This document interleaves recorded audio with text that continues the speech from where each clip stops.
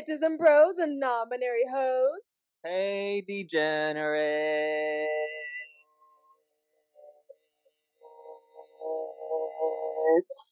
Jesus Christ. Welcome to a super extra long episode of Ha. Sim. In case you don't know by now, this is the podcast where you listen to two chaotic weebs simp over anime characters, video game characters, and any character that's two-dimensional. Since real people, we don't want to go near them. I'm one of your hosts, degenerate number one, Sunako. My biases are himbos, cat baddies, and anyone who can crush my head like a watermelon with any part of their body, aka this entire episode. Yes. And hi, I'm your other host, degenerate number 2, Kisai. My biases are pretty much anyone that can end my life a roundhouse kick or does edgelords with too much emotional trauma. You just know you can fix them. No. And guess who is back in the house? Goth Boots stopping about. You might have known them in the past as a goth expert, but today they are a fellow muscle queen connoisseur. Say hi, I. Hello. Hi, I'll be your third degenerate today. For my biases, I like my women who look like men and my men who look like women. So again, this whole episode, so excited. Yes. As one should. All right. So just to go over to the format, even though it's been 10 episodes now, but don't worry, I'll catch you all up. So there are 3 segments. The first segment is one where we talk about random stuff, dying people in the background. Here, yeah, it happens. Gotta love it. They're just as excited as us. They heard Yeah. muscle queens, so like yes. Yes, let's go. The whole crowd's so excited. So yeah, talk about random stuff, progress in games, cosplay shenanigans, the works. And the second segment is where Kisai, and I will list off our personal biases based on the lovely theme for today. So you saw the title of the episode, therefore that is the theme. It changes every episode, so watch them all, just like Pokemon. And for the last segment, we will play a game of Smash or Pass, again with characters based on the theme for today. But at any point, which is the entire episode, we're gonna simp so hard, we're gonna be so down bad, it's not even gonna be funny. We will get the horny bunk and get drunk as shit. Yes, I already started. No. And with that being said, spoiler, we are going to get off topic so much this episode. A lot.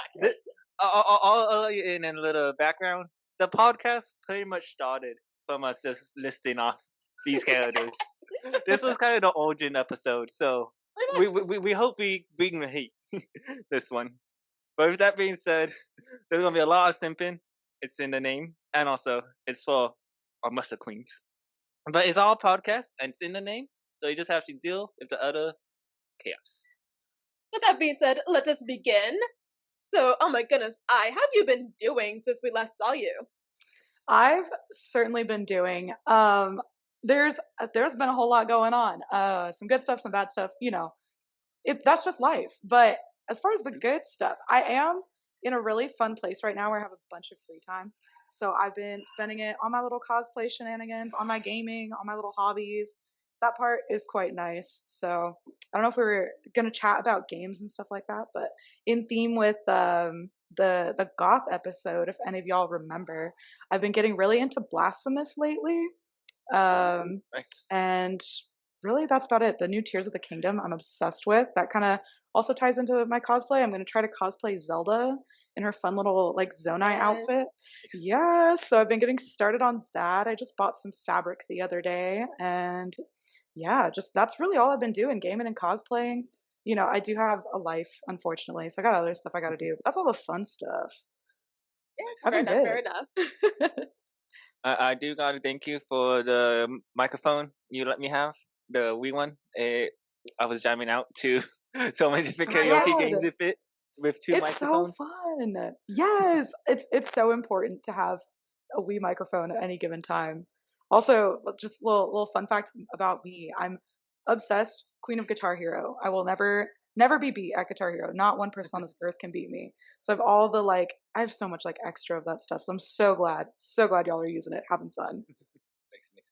Mm-hmm. So, oh my god. Also, can we, looping back to Legend of Zelda, can we talk about the fits? They're so fun. So fun. What were they cooking? For real, I don't know if you've seen any of the like dragon helms, but they look cool as shit. I just got I was helping my friend, she was stuck a while ago and I was like, "Don't worry, I got this." And so like helping her through this other part and it's the same like cave that I've been in, you know. We love Zelda, we love exploration.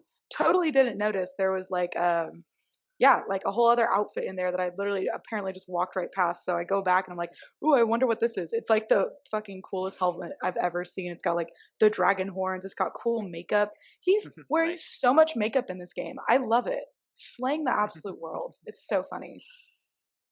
I really saw all the fan art about making Link a fanboy, and it said, "All right, you wanted this? Here you go." Yes, that backless dress. And even like I joke with my friends, like when I said I was gonna cosplay Zelda, my friends were like, "Oh, why aren't you gonna cosplay Link?" And I'm like, unfortunately, I can't just have my titty out. That looks comfy as hell, but I will probably get arrested. But between the like little titty out moment and the mini skirt, I'm like, it's a little scandalous. We gotta cover up. You know, it's just quite funny. I love, you know, he is absolutely slaying this whole new game. I'm so happy. All the outfits are so fun. Oh, absolutely. If I had the build, I would do Ganondorf in a fucking second. You should do it anyways. Do it anyways. There's so many Just different just a very versions. tiny Ganondorf. Yes. A little off topic, but speaking of Ganondorf, a red Ganondorf truck would be cool. Oh yes. We were talking about like different card decals, and we're trying to think of like what characters would go with what colors, and I'm like, Mm. red Ganondorf. Yeah, Oh, you And could yeah. have fun little like gold Triforce on the back. I'm a big red and gold enthusiast as well. Yes. So fun. Oh, yeah, exactly. No, yeah, we're talking about random car decorations, and I think at one point I said a purple car for Gyro Steel Ball Run, and have like the actual steel balls on the rims of the car, That'd be cool as so that way they can be hell. spinning as you're driving. I thought that was really cute.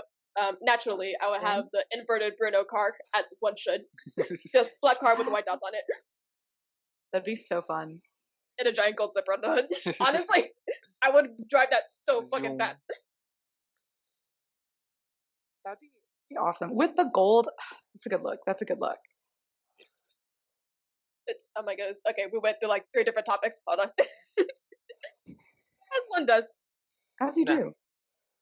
Okay, let's see. Cosplay shenanigans. Well, very recently we actually got together and had our own little cosplay adventure. I was a giant mushroom once again, So as cute. one should.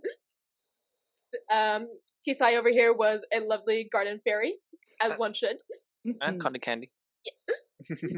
And I with the fucking biblically accurate angel slaying the We fire love that. fucking universe. You are so sweet. Yeah, I was gonna mention. I was like, I was so happy I actually got the chance to come visit y'all. It's been a minute, and I was so happy to have our fun little. I love that biblically accurate angel costume. I think it needs more eyeballs, you know, as per always, but it's got a sufficient amount right now. It's so fun, and y'all were absolutely slaying. So cute. Like, yeah. I mean, hey, just this season, as we're recording this is the lovely spooky season, so technically, just gotta hit up any Halloween store and get a ton of eyeballs. It's true. We can just get so many more eyeballs. Like I had a pack of like 100 for, I think the first time I wore it, of like these little like glass eyeball looking things. And with eyelash glue, just kind of put them all over my body, you know, as you do. But then a lot of them like fell off over time. I'm like, dang. So I gotta fix it up. But we could get some bigger ones, get some variety. So exciting. The eyeballs are actually so important. I want to add more wings too. You know, you can never have enough wings as well. Yes. Hmm. Speaking of wings, I was rereading some more JJK, and then the Close Room Painting Brothers. I believe it's Etsu. Anyways, the one with Wing King. Just him with the bloody angel wings. Just I don't know how the hell you'll do that in real life, but just like now that's a fit that you're all cowards for not doing Mm, a JJJ cosplay like this. Just I love that lingerie and feeling. blood wings, I and mean, why not? being the most massacre, most ripped dude ever. That's what fucking shit. We are not. Listen, cosplayers, please use this as an excuse to just go ham. We Yes. must take advantage of the opportunity to just slay the entire fucking universe. Just You know, okay, slay. it's perfect. The perfect outfit exists, and it's that. I know so many people who are like, "Oh, this is such a cool outfit," but like, I don't have the body for. Shut up. Just wear it. Just wear the Just outfit. do it. Just do it. The Literally, perfect body does not exist. Just fucking wear it it. does not. It's all about the confidence and the fun little costume. Like the fun little costume will take you so far. Just do it. Highly recommend. Especially anything where you just see it and you're like, "That's the coolest thing I've ever seen." Wear it. Like Yes. just do that. Your life is your own, you know? Exactly. Exactly. And that's the great part about cosplay. Just Hmm. whether you cosplay or 3D modeling and animation, just you can really just create what you see or what you think of. Hmm. I'm still making my sword, but I want to buy some more EVA foam to start making the sword, and maybe start making some armor. I think I'm going to try attempt to make Elden Ring cosplay. Don't know when that's going to be finished, but I want to attempt. That is what I'm setting my goal on. You should. That sounds fun. I want to do an Elden Ring cosplay so bad, but I'll work on literally any of the other ones I have like in line first. But yeah, at some point. One, Um, oh my bad. One crazy idea I did have though was I still don't know how to do the fucking handle that well. So the I'm thinking handle. I'm just going to get the texture map from the in-game files. There's just a 2D image, Mm, and then just copy that directly It's perfect. You know, whatever works. straight from the game files. Mm, Straight from the Although that's source. a pain because I don't own Elden Ring on the computer, so I may have to download a 4K texture mod just to have the textures on my computer to rip. Girl, you are just saying words to me. I have no idea, but best of luck. I believe in you. Thank you, thank you. Hmm. It's the like nodding along, like the little Yotsuba bit or whatever. Like, has no idea what is going on. Not Yotsuba, Pop Team Epic, but literally me. Literally anyone who hasn't watched JoJo talking to us. Hmm. Dude, I love being insufferable about JoJo. It's actually so fun.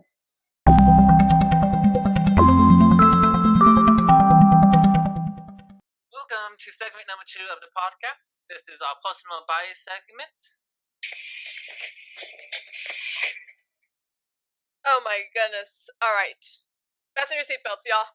Because today's episode is the Muscle Queens episode.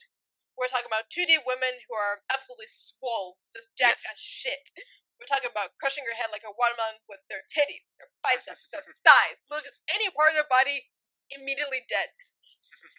Who is a muscle queen that's captured your heart or your genitals? But remember, we're gonna sit for way too fucking long, so we're not even gonna bother with this timer bullshit. And so just to knock on the future, just put in 41 40 box sounds right now.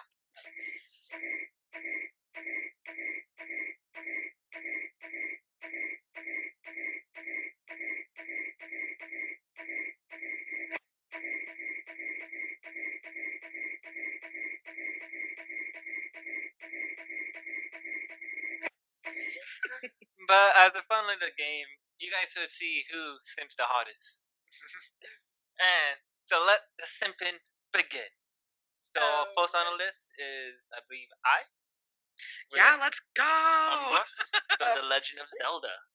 Urbosa, my And I just gotta say, queen. God damn, Zelda with this peak character design. For real, really, it's all the Gerudo. Any Gerudo in any of the games, instantly like rotating them in my mind. I love all of them. Grew up with Ocarina of Time, of course, like objectively one of my favorite games ever. But because I think that's the first one where the Gerudos show up. That's not why it's my favorite, but obviously, not to say no. I just love the Gerudo. They're cool. They're just objectively like cool tribe of warrior women. I know they're a little evil in Ocarina of Time. That's okay. They are just girl bosses running their empire, and I am just a man invading them. Like they have every right to murder me. That's fine. Um, thankfully, Urbosa, she's on our side. We're friends. We're besties. Yes. So Urbosa is from Breath of the Wild, tragically absent in all of my hours of Tears of the Kingdom. But Riju, her descendant, is very fun as well. I do actually adore her. But Urbosa is really the OG for me. I love her. It was too hot in the first game. No. Too hot. They're like, we've already given Link the mini skirt. We gotta cool things down a little bit. We can't have the large woman with the abs. Though I will say, I'd be curious of a height. Huh? Just consider. Yeah, let's go. Just every picture of Urbosa's good. Any of them, just look at them. They're perfect. Yes. As long as she's got the poppin' delts, the abs, Yes. the key features. This right here. Chef's kiss. Exactly. There's another one. I'm curious. Well, okay, I have two little side notes on just the Gerudo in general. One, there's a side quest in Breath of the Wild. It's not with Urbosa, it's with another Gerudo, where she's like sobbing because she can't find, a man who will be like good and stuff like that. And she's like, they keep like running away scared. Is it because I'm 8 feet tall? And I'm like, literally, Link is so tiny in the game already, but I'm also tiny, so I'm like looking vertically upward, like, oh no, only 8 feet tall, my queen. Like I'm literally maybe like at her hip height, like hi. So like, oh no, how tragic. Like what a giant woman. That must suck for this weak, cowardly man who like doesn't understand. Yeah, they just don't get it. I'm curious. Urbosa is, extremely sly in and of herself. She's got her cool. She can control lightning. Very fun. Very cool. Yeah, she has her fun little like outfits. She helps you out in Vana Boris, one of the like desert temple in Breath of the Wild. Again, just another Gerudo that isn't Urbosa, but obviously still very important. I would be curious how Urbosa and there's another one. Her name I think is Buliara. She is the attendant to Riju, who's the current like I don't know if it's like queen, but the ruler of the Gerudo, and she's just massive. And she's beefed up. Like I know the Gerudo, they have their abs, but they're also like freaking snatched. Like their little waist stays tiny, their hips stay big. Like I'm not complaining, not at all. But Buliara, I feel like she's even just like boom, like beefier. She probably does have like a very similar model, but she seems much bigger than even the rest of them. Maybe it's just that she has a giant sword, which of course I'm a fan of all their cool giant swords. Yeah, I love Urbosa. She helps her like Urbosa's Fury. First of all, slaying. Like the other female character who helps you, Mifa. Mifa's Grace is a good ability. It revives you if you happen to perish. But Urbosa's Fury, I use it all the time. Cool, like lightning that just like envelops everything. It's like a one-hit kill for most items for most enemies. Yeah, she's just very cool, beefed up. I love all the Gerudo, but Urbosa, of course, my number one queen. Yeah, she's just cool and she's hot. Like, duh, look at her. Extremely. Yeah. I want to cosplay as a Link Gerudo outfit. Yes, Link's little Gerudo outfit, extremely slaying. He's so cute. I have so many. You can. Speaking of being rich in video games, as well, I just had so much money. I have so many hours on Breath of the Wild and Tears of the Kingdom, but Breath of the Wild especially. Enough that I bought 2 of pretty much every single outfit so that I could have the original in its original colors, and then buy another one because you can dye them and make them different colors. So yes, if you do want to cosplay Link in the Gerudo outfit, you have options. I think the one that I have, the original one is blue. I have one that's black. Other people have like pink. It comes in white. So yeah, the black and pink one I always see. Yeah, it's very cute. It's very cute. Yeah, Urbosa's my number one. I love her. In every iteration. I also love how, as part of her description, my bad. As part of her description, it says, despite her intimidating appearance, she is a rather charismatic and kind woman. She has a very strong maternal feeling towards Princess Zelda, since she was a friend of her mother, the Queen of Hyrule. She also has a joking side, as she often likes to scare people with her lightning. It's perfect. Yes. There's a fun little cutscene that is literally just that. It's like Zelda's like sleeping and Urbosa's like there, just like being nice. And there's, I don't know if it's the same one or if it's another one where she like, I think she does because I think she scares Zelda because she's asleep with her lightning. But yeah, she's got it all. She's tall, she's hot, she's funny, she's nice. My wifey. I don't care if she's hundreds of years old. That's fine. The calves, the abs. I love the arms. I love the hair. yeah. I love everything. I mean, I need what a is workout routine. what is better? What is better than a fucking sizable woman? You are a sizable woman. Thank you, Zoe. But, so amazing, so beautiful. The live action doesn't have sizable woman line. No. I do not pull the fucking She-Hulk bullshit where just simply make her green. Give her the height. Make her tall. We love 8-foot women in this house. Yes. If you are 8 feet tall, message me. Message me. Hit Please. me up. If you're 8 foot tall, slide into my DMs, please. Discord I will not. down below. I will not sob and reject you and like these weak little men. My queens, like, oh, please. I also just love a lipstick as well. Oh, Yeah.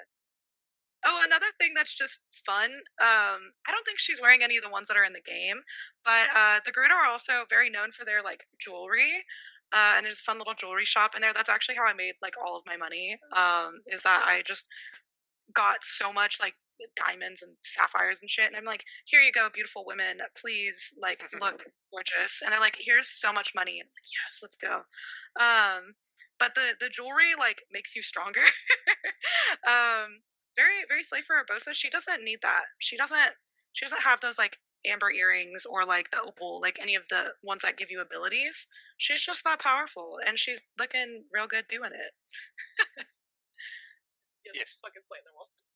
But yeah. Okay, so do you have a time check right now? I wasn't keeping track. I was giving that to the audience. Long ass time. Mm. Now, It's what she Okay. deserves. now I know that there's a whole episode already dedicated to this queen, but I don't care. It's my podcast. I do what I want. Mirko. Yes. This is God I own 50% of this podcast. I do what I want. So, Mirko, listen. She is the number one hero. That's all I gotta say. Bunny hero, please show me what that bunny quote can do. They say she's number 5, but she is number 1 waifu in my heart and soul. She is a bunny hero who is tough and always speaks her mind, even if it causes confrontation. Could not be me, but I simp.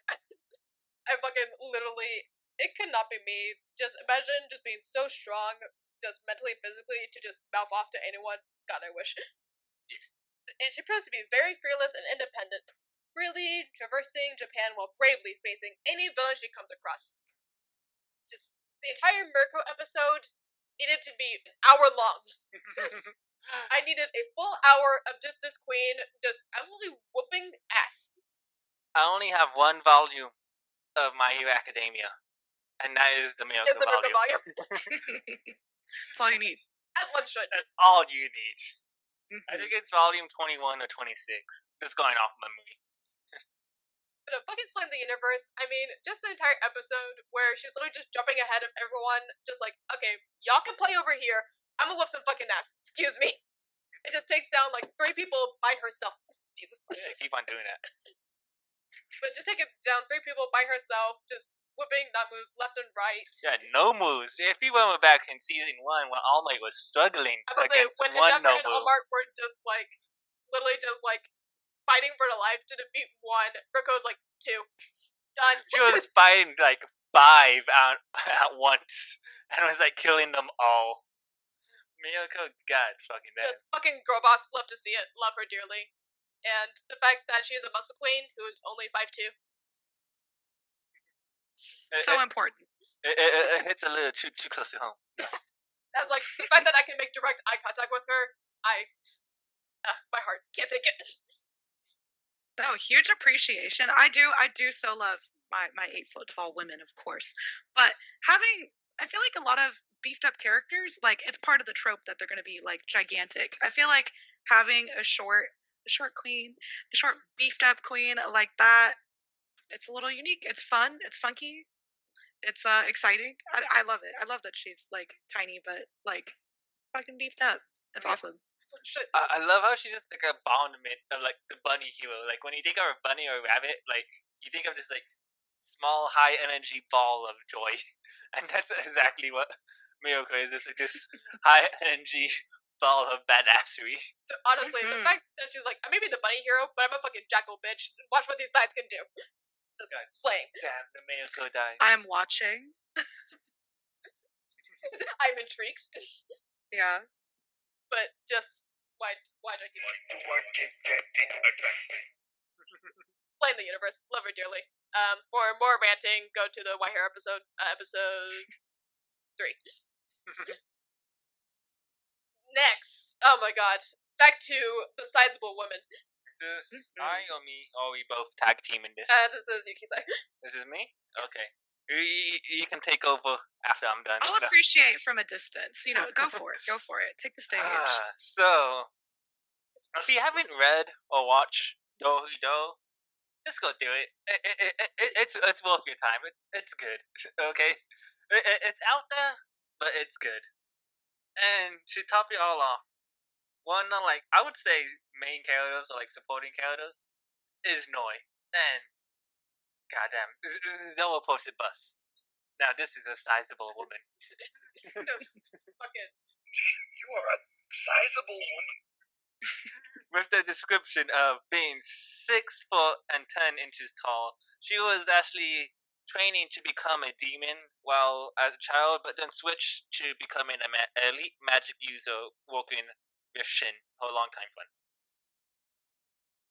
And just that fact alone, she was training to become a fucking demon. That's why she was already fucking strong and can Badass. legitly regenerate.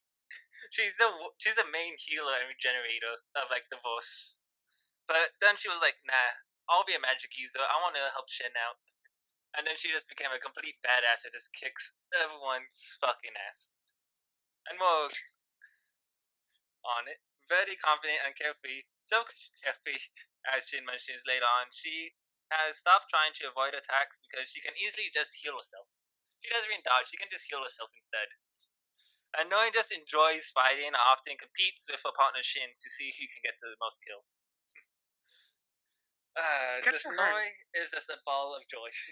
all these giant women are just balls of joy. No. And just, I'm sorry, this fit. The fit. Can we Yes. discuss?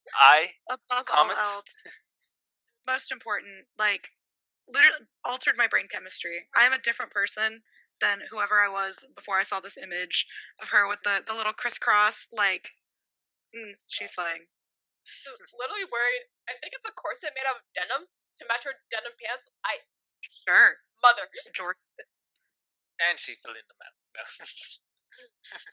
And also I have this lovely picture of some of that outfit being gone. Yeah. I don't remember know, this from the anime. shame. Oh no, she's losing her outfit. I'll be your clothes. But no, That's just 6'10", beefcake of a woman, and also she's the hero of the boss, so I'll automatically just number one. No. But yeah, so special love it. magic is just healing. She's also just a beefcake since she was trained to become a demon, and she can keep up with Shin, who Shin is straight out no joke in fighting ability, and the fact that Noi can also keep up with him just speaks to just like how much of she's a fucking beast she is. Just with her fist alone, Shin got to use a hammer, and it's his magic. She legitimately just punches everyone to death. But Noi is just so fucking funny and kind and just like amazing character. Just like if you watch Do, and then like Noi just like speaks up or just at the end of the scene, just like yes, this is a good scene. More background facts besides Noi. Yeah, trained to become demon, then met Shin, then became magic user, really cool. Then later on, she made a contract, magic healer. It's really just hard to pick out different points for, because I seen anime a while back, but she's just so fucking funny. She stand out is so fucking funny. Like she just would be just like so chill to hang out with because she's just so fucking funny and carefree. And then Yeah, also, duh. Wouldn't want to hang out with her. Look at her. And she's nice. Yes. Did you have any more that I may have missed? Oh, not any like new details. You're definitely further in Dorohedoro than I am, so I have very like surface level knowledge of noise so far. I was just gonna say I absolutely love when we have I don't know. I think it's another one that's a little less common with beefed up, especially female characters. Where like yes they're beefy, they just kick ass, they're very strong, but when they have like other like skills as well. Like the fact that she's a healer, I just think that's fucking spectacular. It's funny when it plays into how strong she is. Of like, I'm not even dodge. I'll just heal it, whatever. Yep. Like stuff like that. That's like just awesome. I don't know. I just love those kinds of characters where like, of course they're beefy. They are killing shit left and right. Like, let's go. That's the whole point. But then they're also like, but wait, never mind. I also do this. Like, it's so important. That's so fun, and it's not like what you expect. So I think that's fun. Yeah, absolutely. And doesn't she has a mask, doesn't she? Where it's like the heart mask, or she has like a mask where she goes like. She does have a mask. The hot one is Hopotnos. Ah, I don't even remember what whole mask is. Oh, it's like I don't know what you call that. Green. Like Grim Reaper. A like Green skeleton. Reaper gums are showing. But no, I yeah, just. go on. I was gonna say, I love how she has this like grotesque mask. It's like kind of scary. You're just like, oh shit, 200 centimeters tall, wearing scary mask. Like I'm terrified. And then she takes off the mask. You're like, I'm scared, but I'm also horny. Yeah, I'm looking at like other fan art and just like other manga panels of all different outfits. Like, god damn, noise fucking built. Built different. She is bricked up, and this is a muscle queen right here. She is bricked up, and this is a muscle queen. This is what the episode's about. I am trying my best to contain myself. Don't simply like don't. Do not. Because the amount of just how fucking adorable and cute, but at the same time how fucking powerful and sexy she is. Just like Noi is like at the same time cute but fucking powerful, and I'm fucking all for it. That's the best thing about Noi. Yeah, the best way to describe her, honestly. She's got layers. like even though she's a beefcake, like she's honestly really cute in like a lot of Dohujo, which like it just makes her like so carefree and amazing. The smile. Right, she's so cute. God love her dearly. All right. Watch Dohujo, people. Let's go. I love whenever she's like so tall.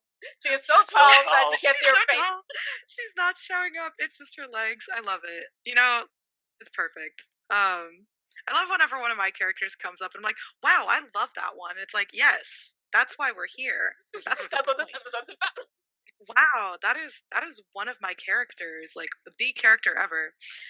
Yes, this is Striga. We don't even need to see her face. Like, perfect. She's just too tall for us. This is Striga from the Castlevania, the Netflix animation. She's actually not in the games. I wouldn't be surprised if there's an enemy like called a Striga because I think that's a thing from mythology.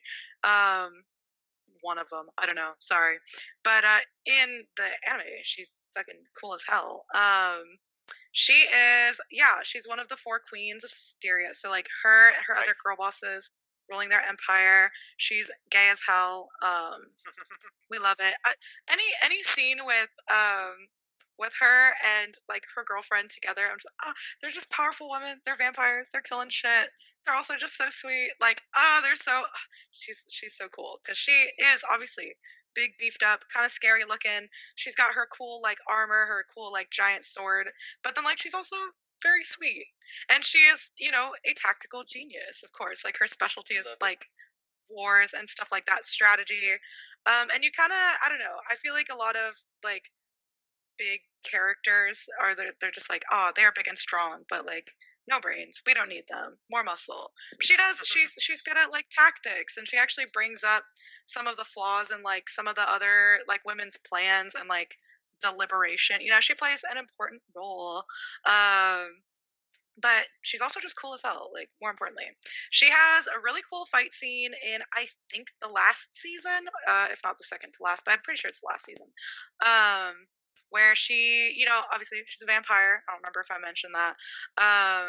But so they can't go out in the daylight. She has, what is it called? It's like, is it Daybreaker armor? She has armor where she can, like, she is so covered in armor that she can go out in the sunlight. And her, like, screen in the front, it kind of looks like stained glass, which is just cool as hell. Based on, Guts from Berserk, so it's gonna be a good fit. I love, Berserk fan a little bit, so I love, we all love the little references. She's got a giant, like, big ass sword too. It's very fun. But yeah, the like fight scene, like, we know, like, look at her. We know she's gonna be good at fighting, like, duh. But it was just really fun. It was like a real treat to actually get to see her in her cool armor, running around with her big cool sword, like, killing these guys left and right. She's so good at that. Like, we love to see it.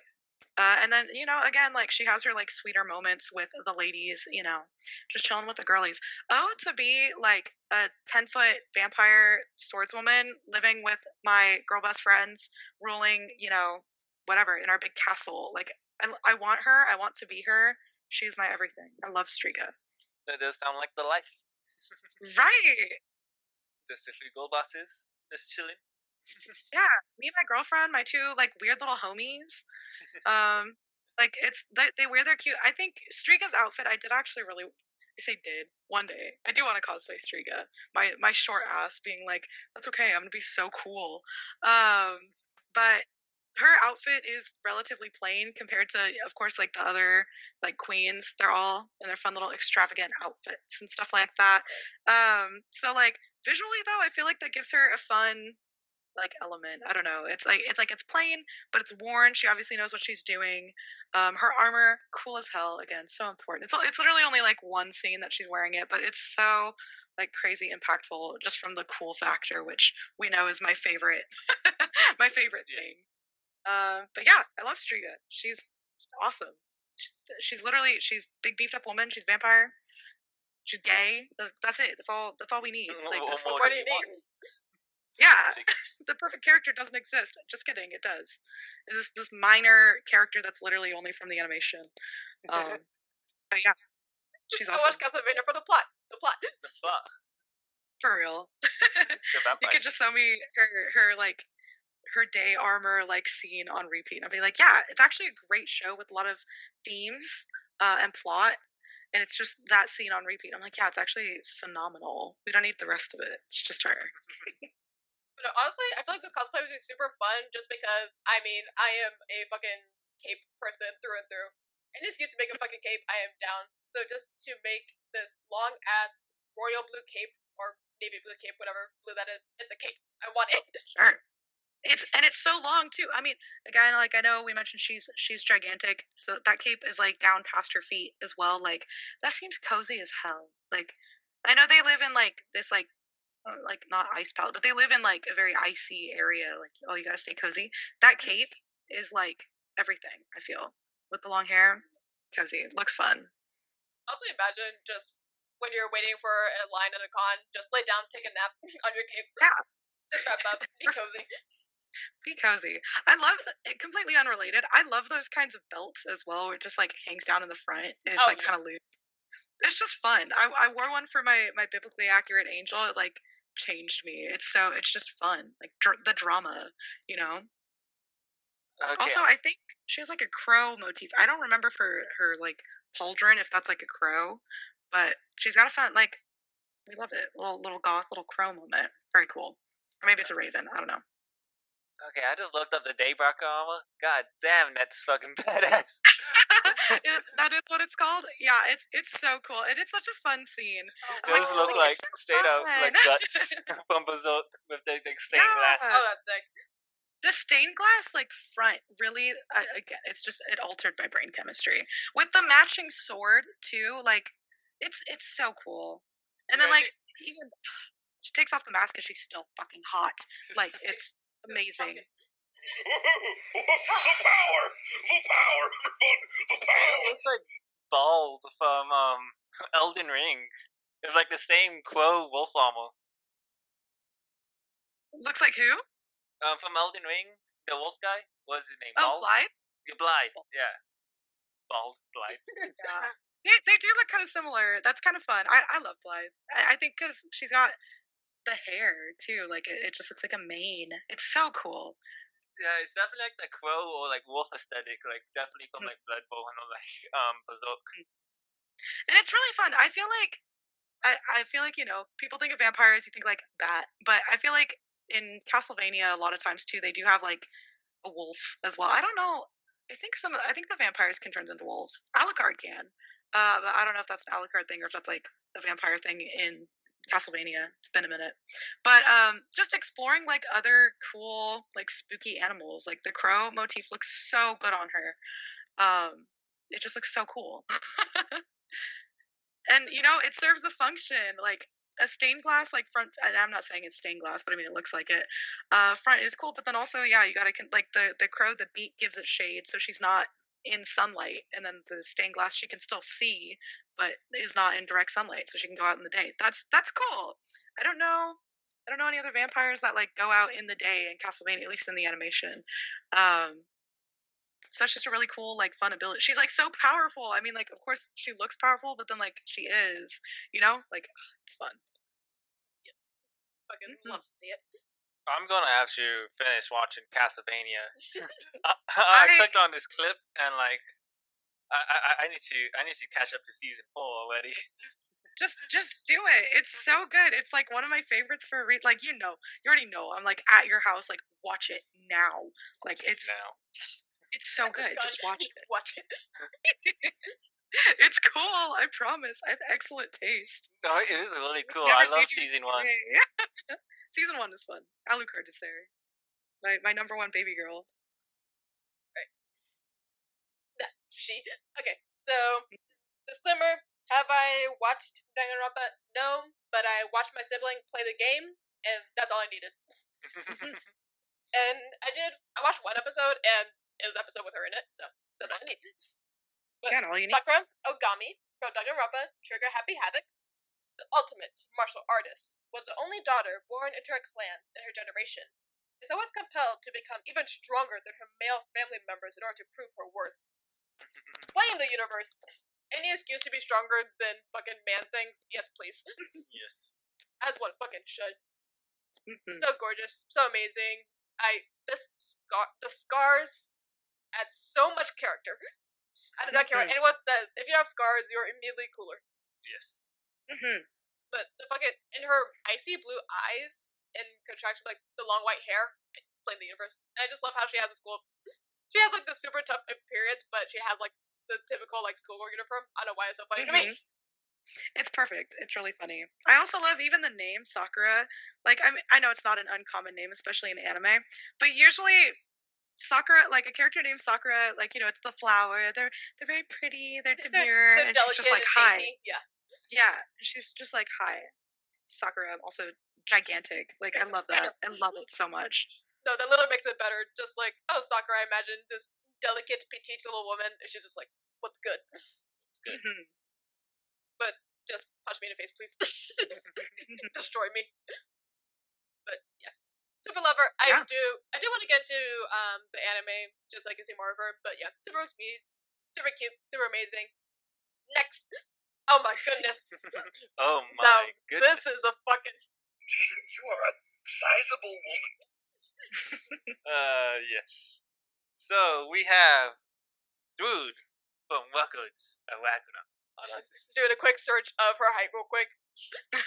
Excuse me. For research. She Important. is taller than Raiden, and if you remember Raiden from the Big Boys episode, Is yes, it tall she is motherfucker? even bigger than Raiden. But Druid is the Valkyrie of strength, if I'm not mistaken. And despite her mighty appearance, she is gentle and blushes easily when complimented. Striving for affection due to her intimidating appearance, she swore to herself a long time ago that once she falls in love with a man, she'll stay with him for the rest of her life. And that was Raiden from Records of Ragnarok. When they finally met, it was true love. No. Also, according to the Record of Ragnarok wiki, 4 meters. Goddamn. Good for her. Good for her. Good for her. When she's walking into the little dojo thing, and she's Hence breaks breaking the entrance. the doorway. Because she's just so fucking huge. They should have made Yes. him bigger for her. Duh. Obviously, right? That's their fault. But 4 meters, I am literally the size of her foot. And nothing more. I go up to her, if I'm lucky, her knee. In Right, post edit, we're 4 meters. gonna drop the clip. It's just like this Raiden is just dumbstruck when he sees just a woman taller than him, and he's just like, "You're exactly my type. I love big women." And there's a Good taste. But yes, dude, from Workers of Ragnarok, she's whole ball standard, if I'm saying that right, with Raiden is his was it the belt and gloves and whatever, which actually restricts his strength, so he can use his full strength without like him injuring himself. So she's. I haven't seen. Oh, go ahead. Sorry. Oh, my bad. What? No. I thought you were asking. I was like, I haven't seen the season she's from. I think season 2. Yeah. Sorry, No problem. But yeah. Yeah. So she more or less, because Raiden's whole thing is he's like the strongest man in history, but he's so strong like his muscles destroys his own body. So he had to like restrict how much muscles he can use. But then too, she can allow him to use 100% of his like entire body and muscle.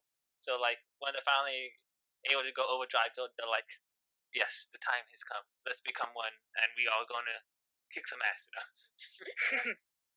But dude, this now that's the size of a woman. That's the respectable power. 4 meters, the shoulders, the biceps, the triceps, the abs, the thighs, just everything.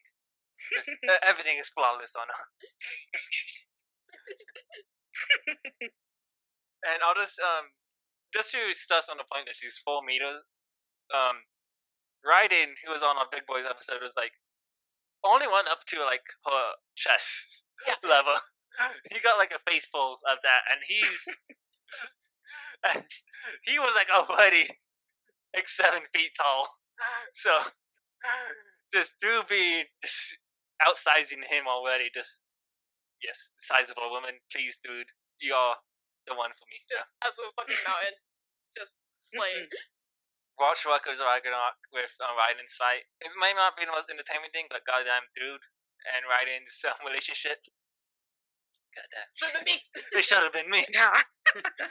I know. When you were saying like, what is it? She when she falls in love with a man, she'll stay with him. I'm like, could it be me though? Instead, like, must it be a man? Consider doesn't have to be a man thing. I mean, right? What if you stayed with me for the rest of your life? Just curious. Is that an option? But yeah, We appreciate it. It's amazing. This whole entrance when she walks in, just like, hey, I bet you're afraid of me, aren't you? And he's just like, you're exactly my type. I love you. And she's just like, ooh. It's just like, dude, please, you don't. Why is all my muscle queens just have this like cute, sweet side to them, and they're just like, it's a dark. It is that gap that everyone loves. It's just like, oh goddamn, she can crush me, but at the same time, she's a delicate file, but that look she gives me. But just insert the clip of just of a Raiden in her titties, please. That should be me. That should have been me. Oh my goodness! All right, speaking of, it should have been me. This it's my turn now. No, I'm kidding.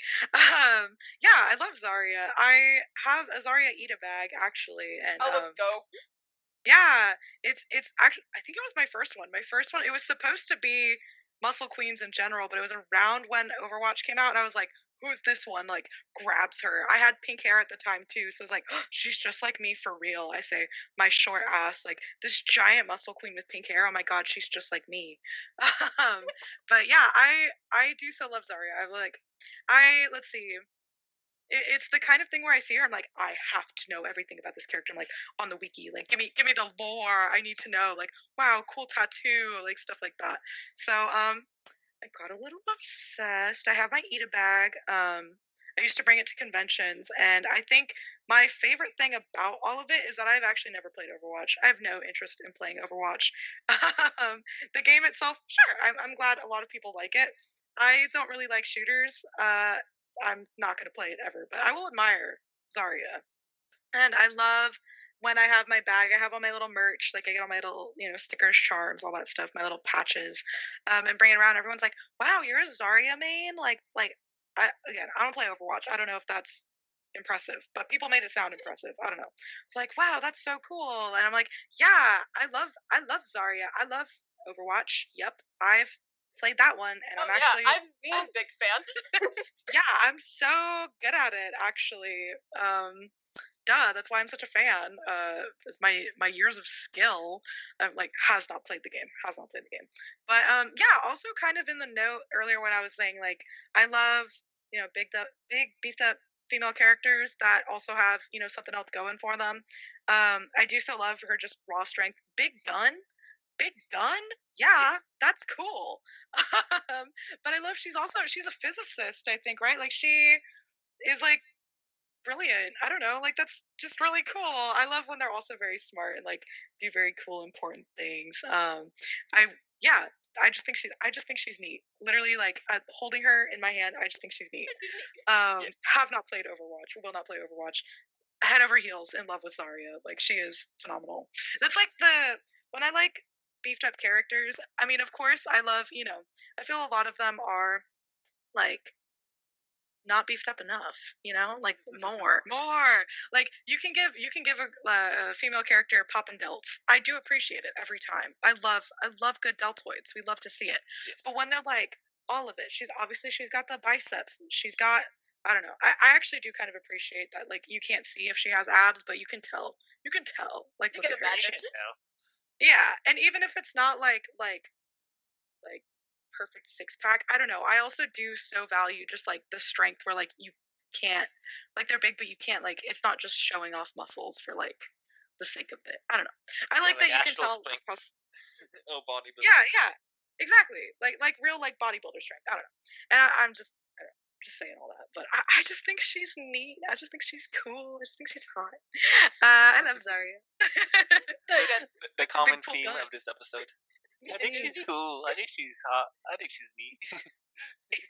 Yeah, I did do a little bit of research, and according to a wiki, a challenging tank to play, though one of the most rewarding when played well. She gains energy by absorbing damage with barrier abilities, increasing her own damage susceptibility.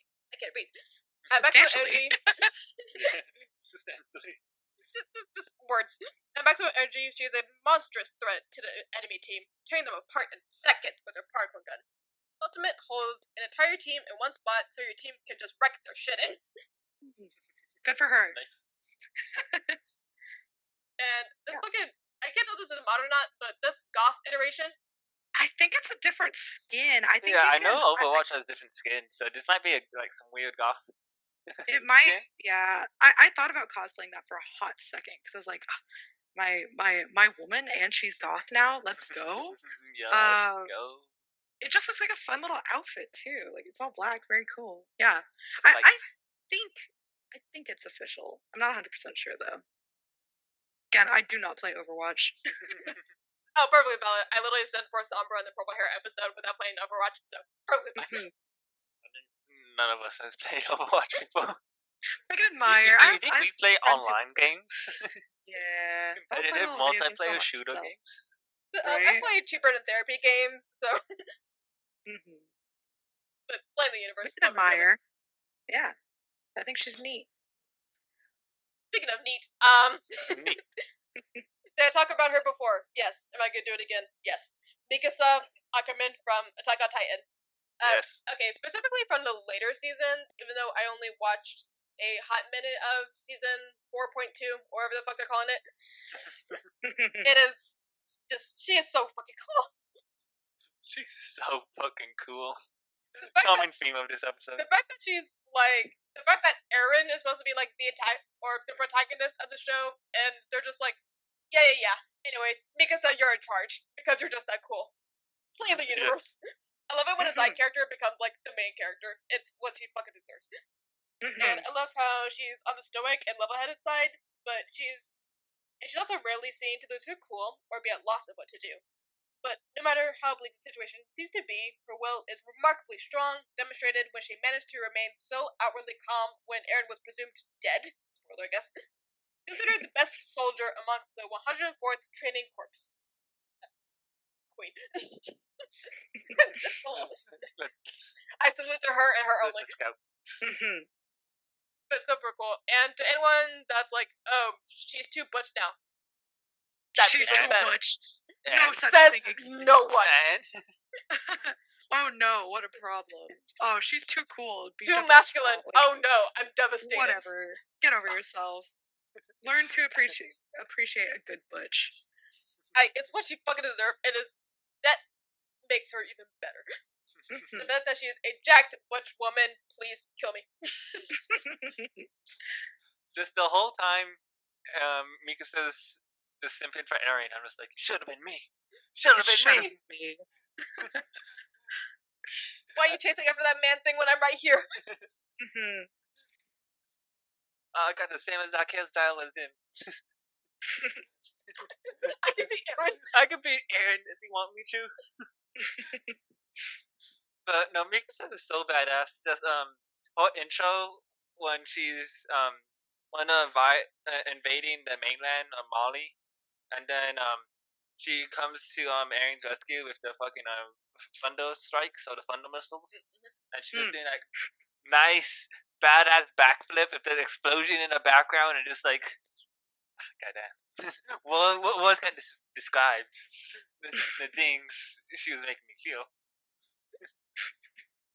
Also, let's face it, if you looked like this in any middle school era, simply start from middle school or just any era now, you're bisexual. Oh yeah, obviously. Bisexual icon. Love to see it.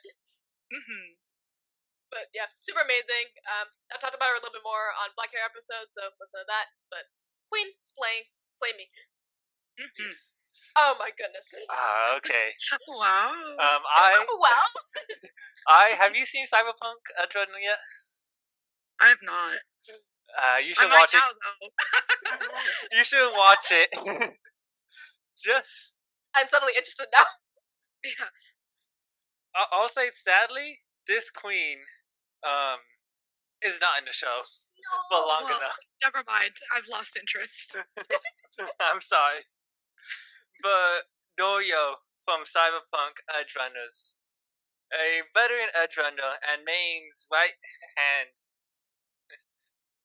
as well as a member of Maine's Edgerunner crew, she is jacked and strong, and is the main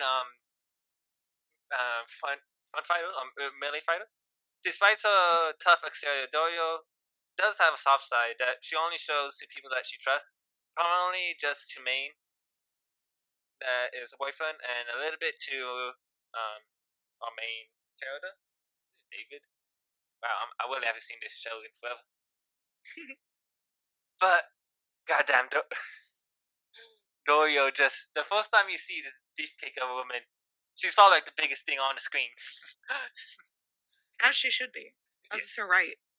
And just like, I don't know, I think the best thing about Doyo is just like her hairstyle, besides just how much she's a fucking beefcake of a cyberpunk. I do so love the hair. It's giving that what would we say, tomboy, or just like butch, aesthetic, just like goddamn. Yeah, she's kind of got a good like Futch moment going on. It seems. Yes. Any more? No. Okay. So, just yes, she is the main melee fighter. She has, I believe, the gorilla arms implants, if I'm not getting my implants wrong, and our main character trains under her, because there's like little random cutscenes where they're just like punching a punching bag, and it's funny, David's just like doing like a simple combo, and then she does the same combo, but when she does like the uppercut, it like breaks the sandbag in half. She's just that fucking strong. But no, Doyo is definitely like the sense of reason of the group. And she just straight up just, it was amazing.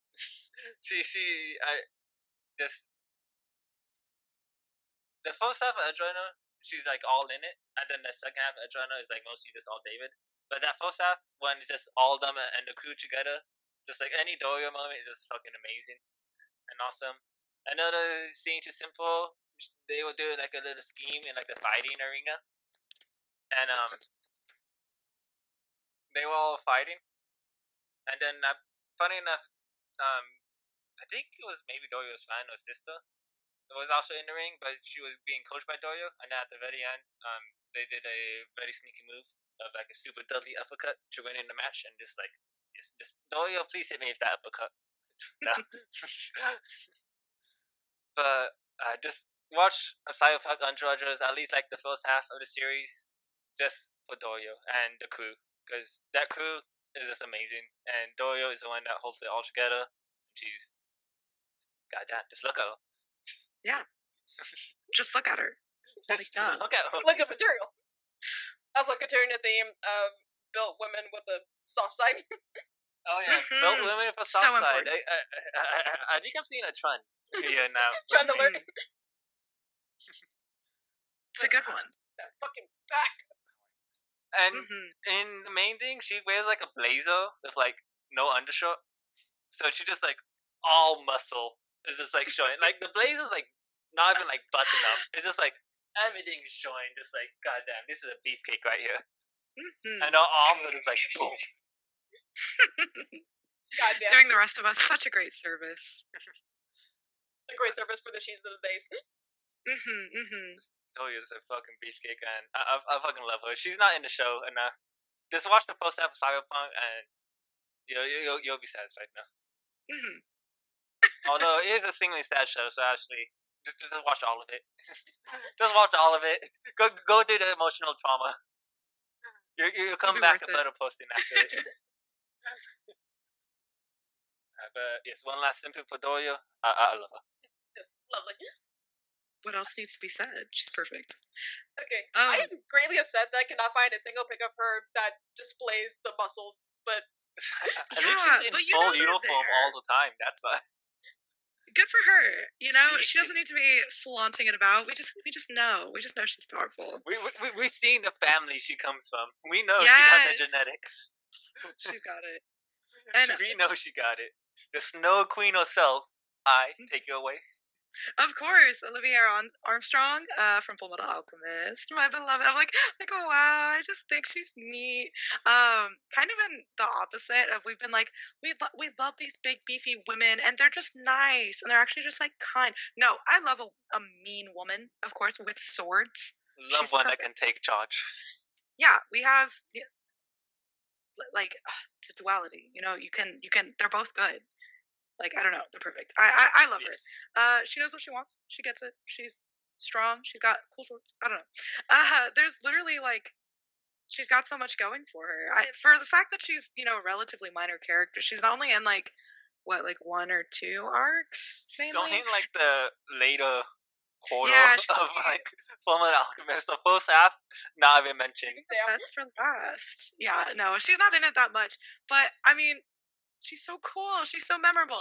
Honestly, it's been quite a while since I watched Full Metal Alchemist like all the way through. Yeah. But I remember her so incredibly like fondly because she's just cool. Like I don't Girl know. boss right she's- here. She is like the girl boss. I don't know. I think severe is a good way to describe her. She's in commanding presence for sure. She's like she's just so powerful. There's like the scene where the guy is like, sorry, spoilers question mark for this was from Brotherhood.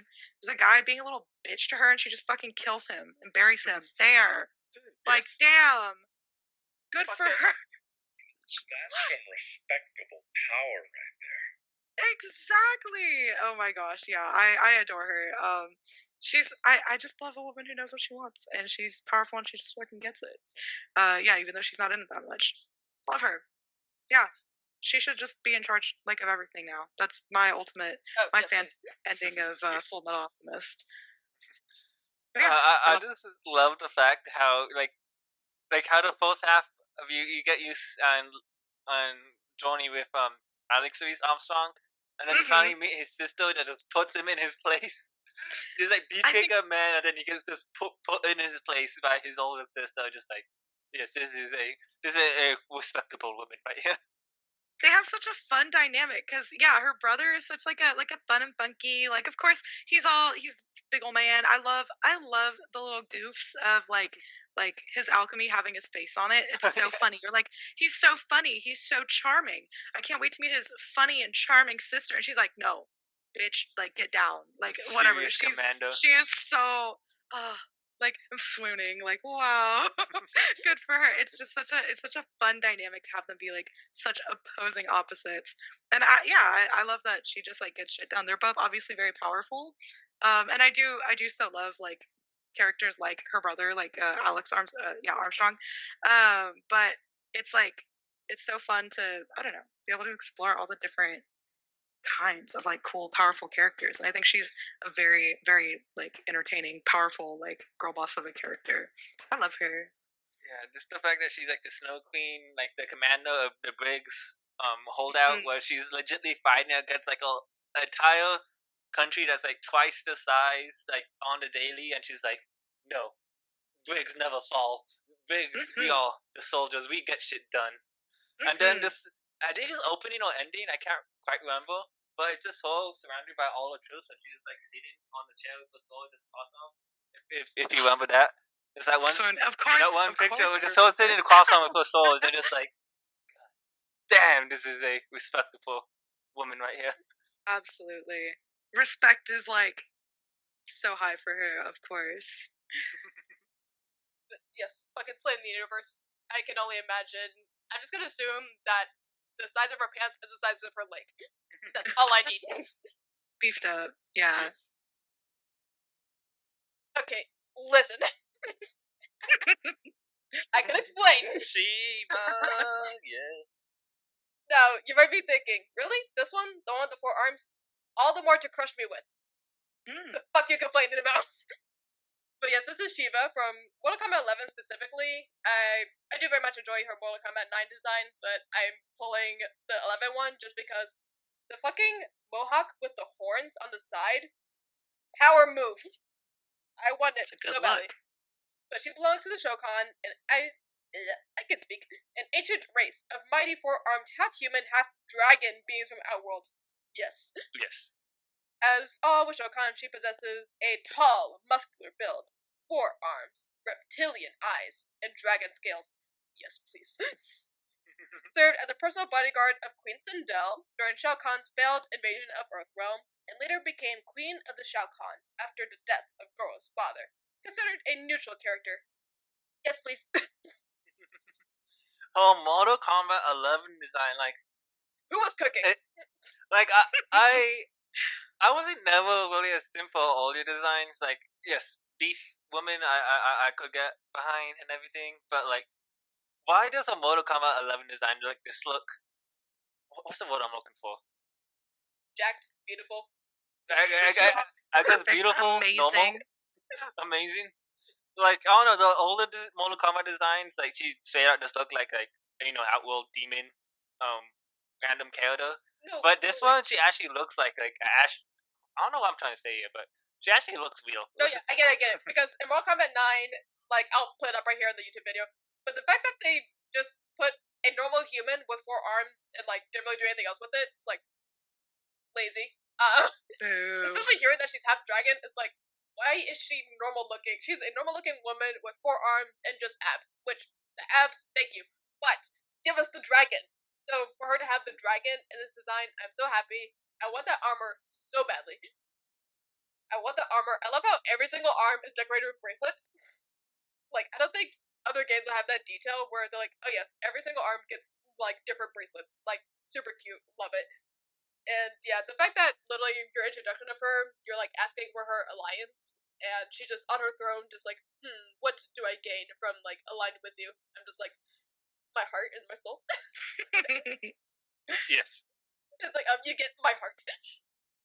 But no, she's super cool, super amazing. I have not played the story mode of Mortal Kombat 11. I have watched the story mode, so I know what happens. And I need more Shiva. Yes. I need more of her. She's just so cool, and I love how for the friendships. Instead of a fatality, they have friendships in Mortal Kombat 11. And for hers, she uses all 4 of her arms to like play like glasses. Like where she makes a little harmony like with the rose of the glass. I'm just like, you're so cool.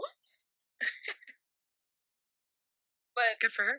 and her fatalities are so cool. I think no, I'm thinking of Goro, never mind. But the fatalities where she like just rips your fucking arms off and like beats you with them, I'm like, should have been me.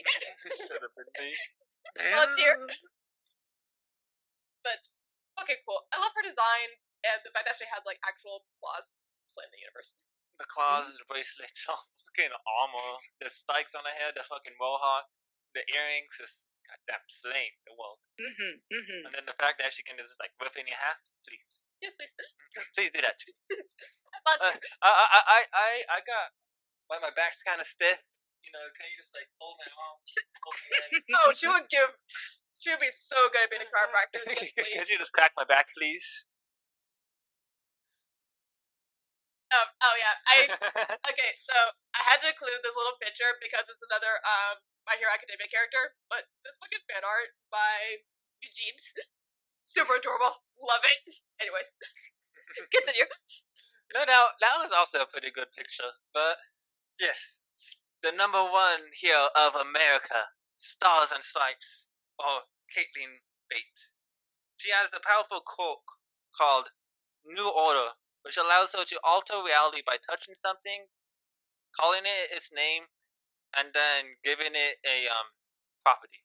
So she can grab a laser beam and say she can grab them, like if that makes sense. Or she can, like with a little spoiler, with things, she can say your name like Shigaraki and just say you are dead, and that is Damn. a rule Okay. that is like placed on you. Like she can literally just place a rule on anything she touches. And the number one way she uses her power is to place a rule on herself to be as strong as All Might, pretty much. So you can get the inspiration on why she's such a fucking beefcake. She wants to be All Might, and goddamn, she can fucking do it. If it wasn't for that one fucking arc, she's like. She's done so dirty. She introduced in one arc and then is killed off in the same arc. Why? Why introduce a super overpowered character that's a fucking beefcake and then it was like, nah.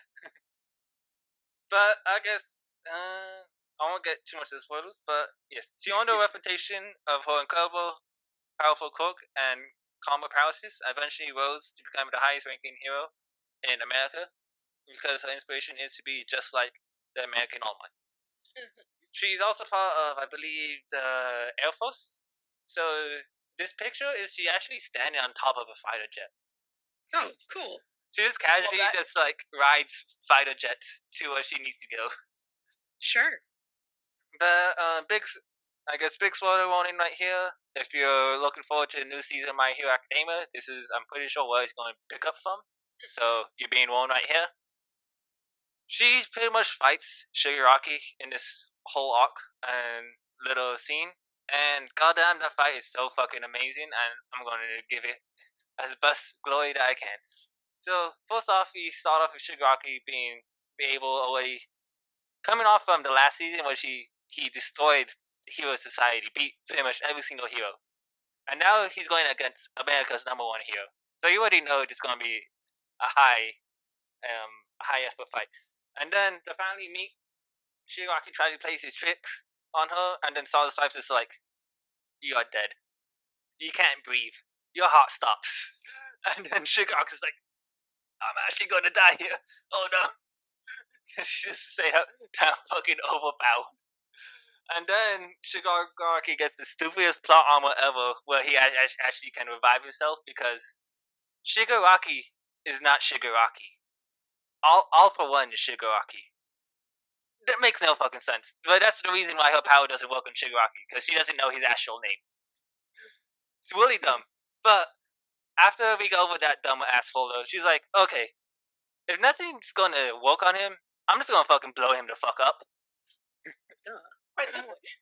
So she asks the president of the United States to fucking nuke his ass, because she can't just speed dial that.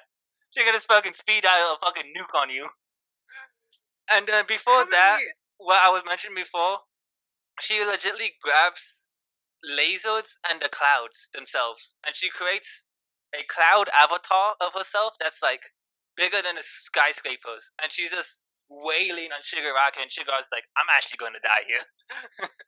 And then, like I said, she also gets hit by the fire jets that can, for whatever reason, shoot laser beams. She combines 6 fire jets laser beams into one giant Zeus fucking lightning spear with a cloud avatar, and fucking slams that shit down into Shigaraki, and he's like, "Shit, if I didn't sacrifice my Nomu, I would have died."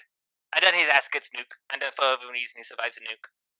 And then he somehow kills her. But she has one last fuck you. Well, because he tries to absorb her quirk, she was like, "No, the rule on my quirk is if you have my quirk, it destroys every other quirk you have." So he's like, "Oh no, I don't want this quirk because it's destroying every single one I have." So he straight up is like a mental battle inside his body, where it's like his quirks are being destroyed, and Caitlyn Bale, even though she's already dead, she's like, "Nah, I'm still going to kill you after I'm dead." So he straight out needs to just like rip that quirk out and give it to just someone else before he dies. And yeah, that's pretty much how Shigaraki almost died. She should have died. He should have fucking died after all that. There's no reason why he Kill should him not have off. fucking died. Kill him off. This is one of the most broken fucking quirks in My Hero Academia, and it belongs to the most beefiest fucking women in the show. Yes, Stars and Stripe, you are my number one hero, besides Miyoko. Besides this one. And yes, like I said, she wants to be just like All Might, and she's part of the fucking Air Force. She fucking is jacked as fuck. The biceps and the legs. I will literally die just by simply putting my head near her thighs. And that's exactly what I want. Yes. I just love that. Oh, go ahead. I was gonna say, if you can't wait for the anime, just go read the manga. Do it. Oh, I was gonna say, I just love that even though her quirk in and of itself is so OP, she's like, I also want to be beefed up as shit. I want to be like really large, like just fun little detail. Like I feel like she doesn't, with how cool her quirk is, like she doesn't even need that. But she's like, no, never mind. I'm gonna be also just be able to beat the shit out of you. Love that for her. Quite simply. Quite simply. When all else fails. When all else fails, be jacked as shit. As one should. And let's see here if I can find a good picture of your next bias. Oh yes. Yeah. What am I looking at? Oh, the beams. Her cloud avatar state with a giant Zeus laser thunderbolt. Me when I fucking smite you. Like honestly. United Hypermax output laser. I was also loving when you said like she just, got the president, nuke his ass. Like not enough She said that was characters like, can she was like, resort to just Shigaraki, nukes. hey, danger. We gotta nuke him. Yeah. I think that's fair. I love like America in other media. Stars and Stripes, of course, like all that stuff, but also just like nuke his ass. Which is quite funny. Yes, my love. Right. So Gideon Nav. Take it away, Yay! Absolutely. I'm so excited. Okay, so I know I was talking earlier about how I've been getting into Blasphemous lately. Gideon is not from Blasphemous, but just being simultaneously into Gideon the Ninth and Blasphemous is very like we are having such a fun like gothic religious horror like moment going on right now. And Gideon is adding that butch's need that is deep in my soul that is not often, addressed in a lot of gothic media. I guess I don't know if it's pretty goth. Anyways, so yeah, for those of you who have never had the pleasure of knowing of Gideon the Ninth, it's the first book in I think a trilogy, Block Tomb. I guess trilogy, duh. So actual, novel. I feel so literate. But yes, I do so love Gideon.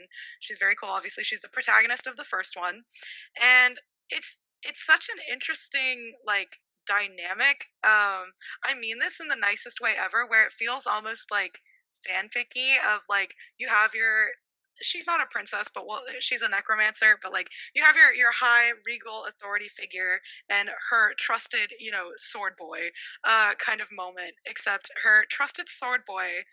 This isn't really a spoiler. It's pretty early on in the book. Fucking abandons her, and then she's just like, you, like, to Gideon, like, grabs her, like, you will be my new sword guy.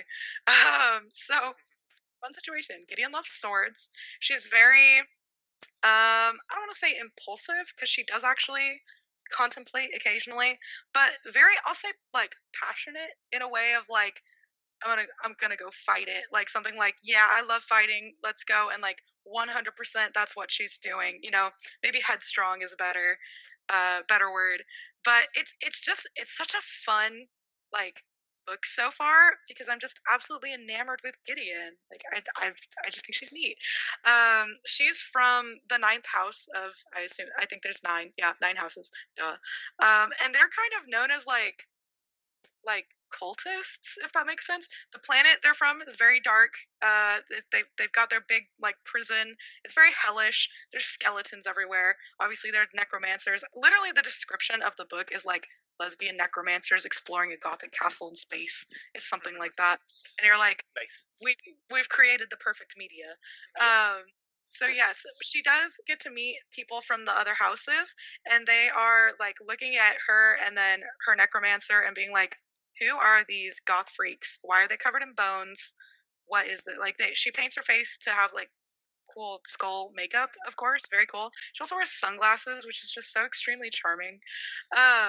I thought that was just like a fan art thing because I was like, okay, skull, yeah, you got the eye socket holes. No, she just wears sunglasses. It's like they do serve a purpose because she's from a very dark planet, and the lighter planets, it like hurts her eyes. So yeah, wear sunglasses. It's just so fun. It's just so fun. But anyways, yeah, her whole like deal is that she wasn't actually like trained to be they're called cavaliers, the cool sword boys. So she's really just got to fake it till she makes it, and they're just like, don't speak, don't talk to anyone, don't even look at people, just be quiet, hold a sword. And she's like, no, fuck you, I do what I want. she usually is like, How about we fuck that right off? right, for real. It is very, very charming of that. Like, she knows, like, she doesn't get into trouble like on purpose. She is like obviously smart enough to like play the game when you need to, but it's just so extremely charming when she just like doesn't want to. Her and her necromancer hate each other. At least obviously where I'm at, we're like the descriptor is literally like lesbian necromancer. So we're like, like, do they hate each other? As far as I've been in the book, they still hate each other's guts. But it's a very interesting dynamic. It's very funny because she is, she's pretty smart in certain ways. She's really good at fighting. That's like her whole thing. They're like, she fights so good. She has sword, and she's like, I love sword. I love fighting. Like, it's so cool. High energy, very, very charismatic. I feel a lot of the other characters, even though for so long she's not like speaking, I mean, obviously she's the main character, so of course other characters are going to be drawn to her, but I think that says something about her charisma and whatever. And I am totally not biased at all by the fact that she's exactly my type, and I just think she's neat. But yeah, I love the book so much. I started reading it for many reasons. One, I saw fan art of her and I was like, gimme, because this is like the standard for me. I love it. She's perfect. But then also a lot of my friends who do actually read, imagine, are like, this book was like tailor made for you. You should read it. Like, okay, fine. And that, like, I knew going in that I was gonna love it. I do love it for reasons other than Gideon, but Gideon is such a good big like part of that as I'm reading it, I'm like, God, this is so good. So anybody who's like, I want to read a book, read it. Gideon the Ninth. It's very fun. Yeah, I just think she's neat. Oh, right.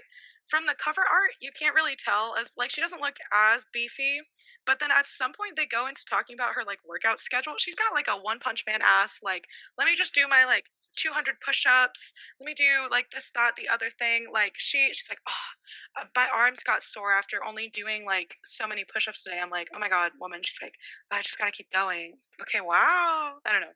She likes her big heavy sword. It's a struggle for her. They're making her use a dainty little sword. She's like, I just want my big cool sword. I was like, oh, me too. I want that big cool sword for you. So yeah, she's just really cool. I don't know. She's very funny. She has a big cool sword. It's perfect. The whole package. Nice. Yeah. These fan arts as well. Just The fan art of her is phenomenal. Yeah, it's kind of tough because it's a book. There's not a lot of like official art. The only one I know is the like cover image. But girl, those fan artists they are cooking. You're doing a great service. Who let them cook? So well, so well. Yeah, I just think she's neat. Oh, with the lesbian flag? Fuck yeah. Yeah, no, it is really funny. So a lot of the people from the other like houses see the people from the ninth, and they're like, cultist freak, like you little weirdo, little goth like creature in the corner. The people that do know her from her like house also think that she is a freak, because this isn't even a spoiler. This is literally like one of the first lines in the book is that she has a bunch of I don't know what to call them. We'll say fantasy Playboy magazines. Hello, like, can you keep that to yourself? And she's like, boobies, like, good for her. We love it. She's something. She's so fun. There we go. Fucking love that. Love to see it. That's funny. Okay, so next, if I can find it. Wait.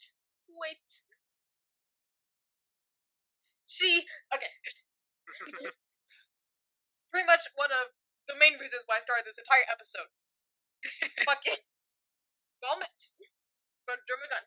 Yes. I watched half the season. That's all I needed. That's all you need. Because she has a tattoo. It's fucking badass. I think it's literally like angel wings on like her entire back. Yes, please. She is. Oh yeah, there is literally a scene where I'm gonna show the picture in a second because I want to just create this illusion first. Like, nice woman, long hair with a blunt bang, has an eye patch, so she might look a little bit scary. But she looks like a nice, demure woman, right? No. Literally fucking sends a bitch into space. Okay. Literally sends a pervert into space just by simply touching her shoulder with a fucking kick. And also, she's literally a lesbian. Quite literally a lesbian. Gay is hot. I want some gay. Gay it's gonna be. And in case it wasn't obvious by this picture, ripped as fucking hell. Look at the abs. My goodness. Just the abs, yes. The biceps, yes. The legs that are literally sending this person to space. It should have been me. It should have been me. It should have been me. And she is a tough, fierce, and usually calm and collected individual, though her calmness and composure could quickly change to a more witless behavior due to her love for Coco. I mean, gotta love a lesbian, gotta love a buff lesbian, gotta love a buff lesbian with a fucking tattoo. What else do I need to say? Yes. Vomit, wifey, I will happily, the next pic. Put me right here. I'm sensing a common theme for Sunako. All Homemaster Queens are just, it should have been me. All the queens, just death upon sight, and that's as one should. All the common themes of mine are just, they have the soft, cute side, and then all the themes, or all the similarities for eyes is just, she's a butch. I love butches. Come on. Butches. Oh, they're perfect. I mean, does this count? I mean, I know her hair is like on the longer side, but still. It's a mindset, I feel. Exactly. Can't answer that for you. Mm-hmm. Although, well, now that I'm like thinking back at her interactions with Coco, she does become like really docile and everything. So I think she becomes one of those like unexpected bottoms, which honestly fucking slay the universe. We love a That's fucking a dynamic. Yes, we just fucking love a jacked ass shit, just like woman, and then the second they're around their lover, they're just like. No, literally, the second I saw this episode, I was like, she's mine now. I've decided that is my wife. I want to be him. But they're super cool. Can I tell you the actual plot of Dromagon behind Moment? No. This is the plot. Yeah, I watched it This for is the plot. Like air quotes. I want to put a plot. The plot. The plot. But from what I remember, it is kind of cool. It's essentially just like a bunch of assassins doing assassin shit. So if you like guns and assassin shit and badass woman, there's actually this queen, and then there's another muscle queen on this list who is going to be on the Smasher Pass segment, which I'll get to her in a second. But muscle queens, badassery. If you like that, watch. Anyways, Does she only really do like hand-to-hand combat, or is she more like a sniper? I can't quite remember. no, she does hand-to-hand combat only. Hand-to-hand combat only. She said, "Fuck these." She said, "Fuck guns. I have guns. It's these." I have these guns. Bam. Which all you fucking need. No, yeah, I think she's seen doing hand-to-hand combat with the main character and literally just like easily just whooping his ass. Which love it. As just look up. Look at the material. The common theme of this episode. Just look at them. Any more needs to be said? I mean, nope. Okay. Now we need the Gamo meme. Which, hold on, Eh, this picture does not do justice. Hold on, let me find a better one. Thank you. Yeah. Twin Cobras. I need to finish Fire Force. Fire Force was actually pretty funny watching it. But another Maki. No. That's a good Kisai to Simp. If her name is Maki. Maki Ozing, if I'm saying that right, from Fire Force. She is calm and driven externally when on a mission, but a hopeless romantic at heart. She is very curious to her fellow teammates and courteous, my bad, to her fellow teammates and people she meet for the first time. Despite her reluctant to hurt others, she will brutally kill and dispatch any enemy with ruthless efficiency to defend herself. Those she cares about when pushed as one seen when she's mostly saw the survivance of Flair when confronted and single-handedly defeated the powerful third generation. That's some respectable power right there.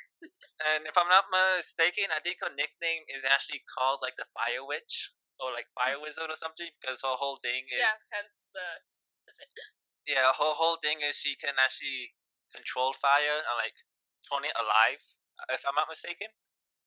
So yeah, that's her main power. The funniest thing that I can also corroborate with this description is when she's training with the two main characters. Why am I forgetting the names? we don't care about them. This is about muscle queens right now. They're not relevant.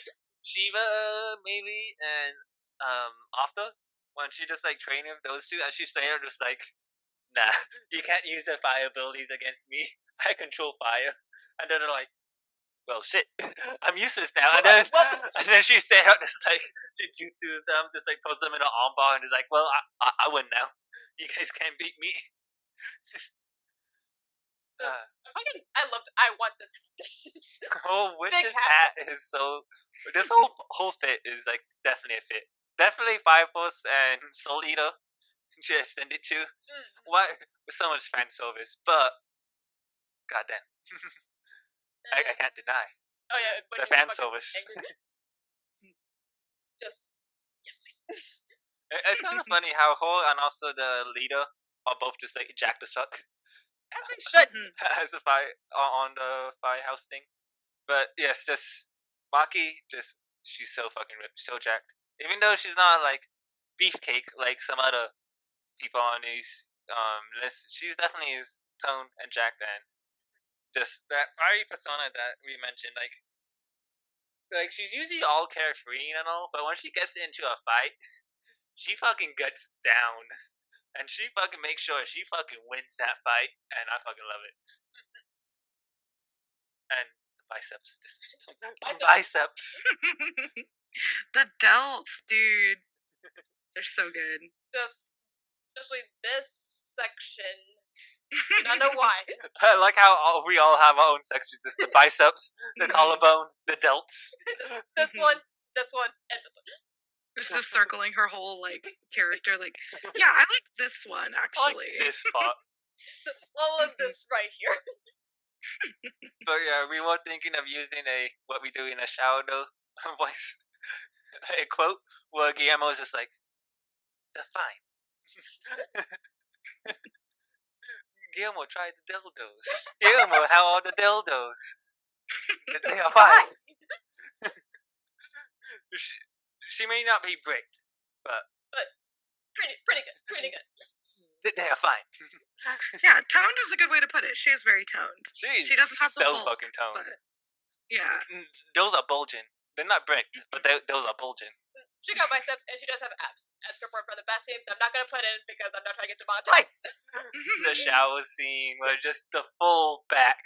Okay, biceps or something, but that full back gets me. The weak back to the muscles knees. they're really where it's at. The back muscles. You can tell someone's in shape if the back muscles are just like. Boom. Mhm. And bum back to the queen. Yes. I need to finish It's- this. But You I didn't take it finish away. it? I have unfortunately No, not you should. watched enough Legend of Korra, but I need to. You should. I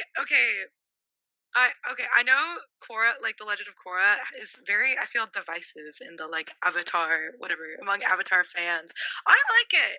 Like, yeah, I it's like not it. perfect. Yeah, it's not perfect. Like, but it's still fun. I don't know.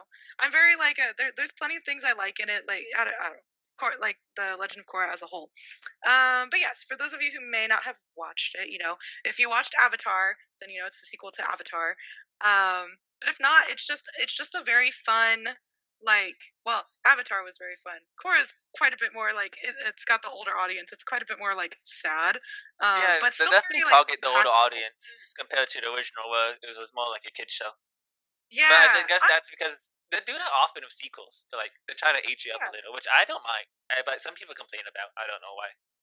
Yeah, I mean the show aged with the audience. I mean, Korra came out.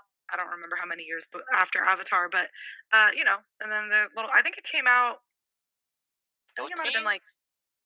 I was gonna say 13 or 14. Versus I don't remember when Avatar came out either, but like more for kids, stuff like that. It handles some of the more like adult themes I think pretty well. 2012, I guess. Yeah. 2012. Okay. Yeah, I appreciate that it ages with the audience, and I appreciate the other thing that a lot of people didn't like about the show as a whole is that it's more like industrialized and more like it feels like exponentially more modernized than where Avatar left off. I think that's fun. It's a different show. I don't. Anyways. It's like 100 years in the future, though, too, isn't it? Fair. Like I mean, 80 years in the future. I would hope. Yeah, Take progress. Okay, complete sidetrack. I like how there's legitimately a job occupation for lightning bending, where you're just a Oh, yeah. generator the sending like power electricity plant people. from one point Just to have that another. electricity. That's quite funny. See, now that's innovation that we're talking about. Yeah, I like it because I like you have a lifetime in between, and obviously technology changes rapidly over even one person's lifetime, person's ang. But I think it's great because like when you get into more of like the comics and stuff like that, which I haven't read all of, but I know a good amount about some of them. They and even in the show they mentioned that it's like a direct result of like the main city, after the war. So after the war that took place in Avatar, like, wartime's over, we can collaborate more, stuff like that. I think a lot of it flows really well from Avatar to Korra. I'm still not going to say it's perfect. There's plenty of flaws in the show. But I think the change in setting and the change in, like, age or, like, whatever, of, like, the viewers, I guess, is something a lot of people complain about. Either way. On to Korra specifically. I think she's really cool. Again, also I not fucking love her. perfect. She's so cool. Yeah, but she's really cool, and I feel like a lot of things that people do complain about her are like, I don't want to say like, but they're like story elements. Obviously, we need flawed characters to get conflict in a story. Like, if she's just perfect and good at everything, then that's boring. So I think it's very fun to see. Again, I like my like spunky female characters. I like that. Nice. Yeah, I think it's a really good plot point where we know, again, if you haven't watched Avatar, there's the 4 air quotes for, because then you kind of get lightning and metal bending. But like bending styles, and then most people can only do one or none, but the avatar can control all of them and has the power from previous avatars before them. They're reincarnated, all that stuff. So, Korra's the next avatar after Aang, the protagonist of After.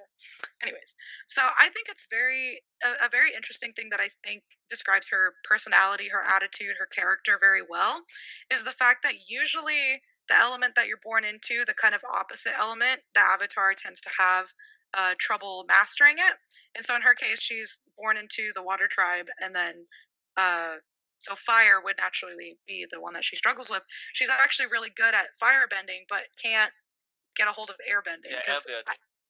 Yeah, and I think that's very interesting. Because like fire, they always have the like motif of it being like spontaneous, dangerous, like I don't want to say like passionate, but like it's got that like zeal to it. But it's like that's very like much so. Even like when she was a child, when like she discovered she was Avatar, she was like hopping around shooting the fire blasters. She's like, I'm the Avatar. Yeah, it's like a symbolic testament to her like whatever, like who she is as a person. I think that's a very interesting thing about her, and I feel like we don't get a lot of characters that are kind of like that, especially female characters. So I think it's fun. I think she's a bit abrasive, especially at first, but you gotta have a flawed character to have a good show, and then to have them progress as a character throughout the show. She goes through a lot of progression. I think the themes with all of the different like traumas that she has faced, because she goes through some shit. Like, not to say each season the villain's just like, season, I'm going to make your life terrible. I'm changing always something. The whole world.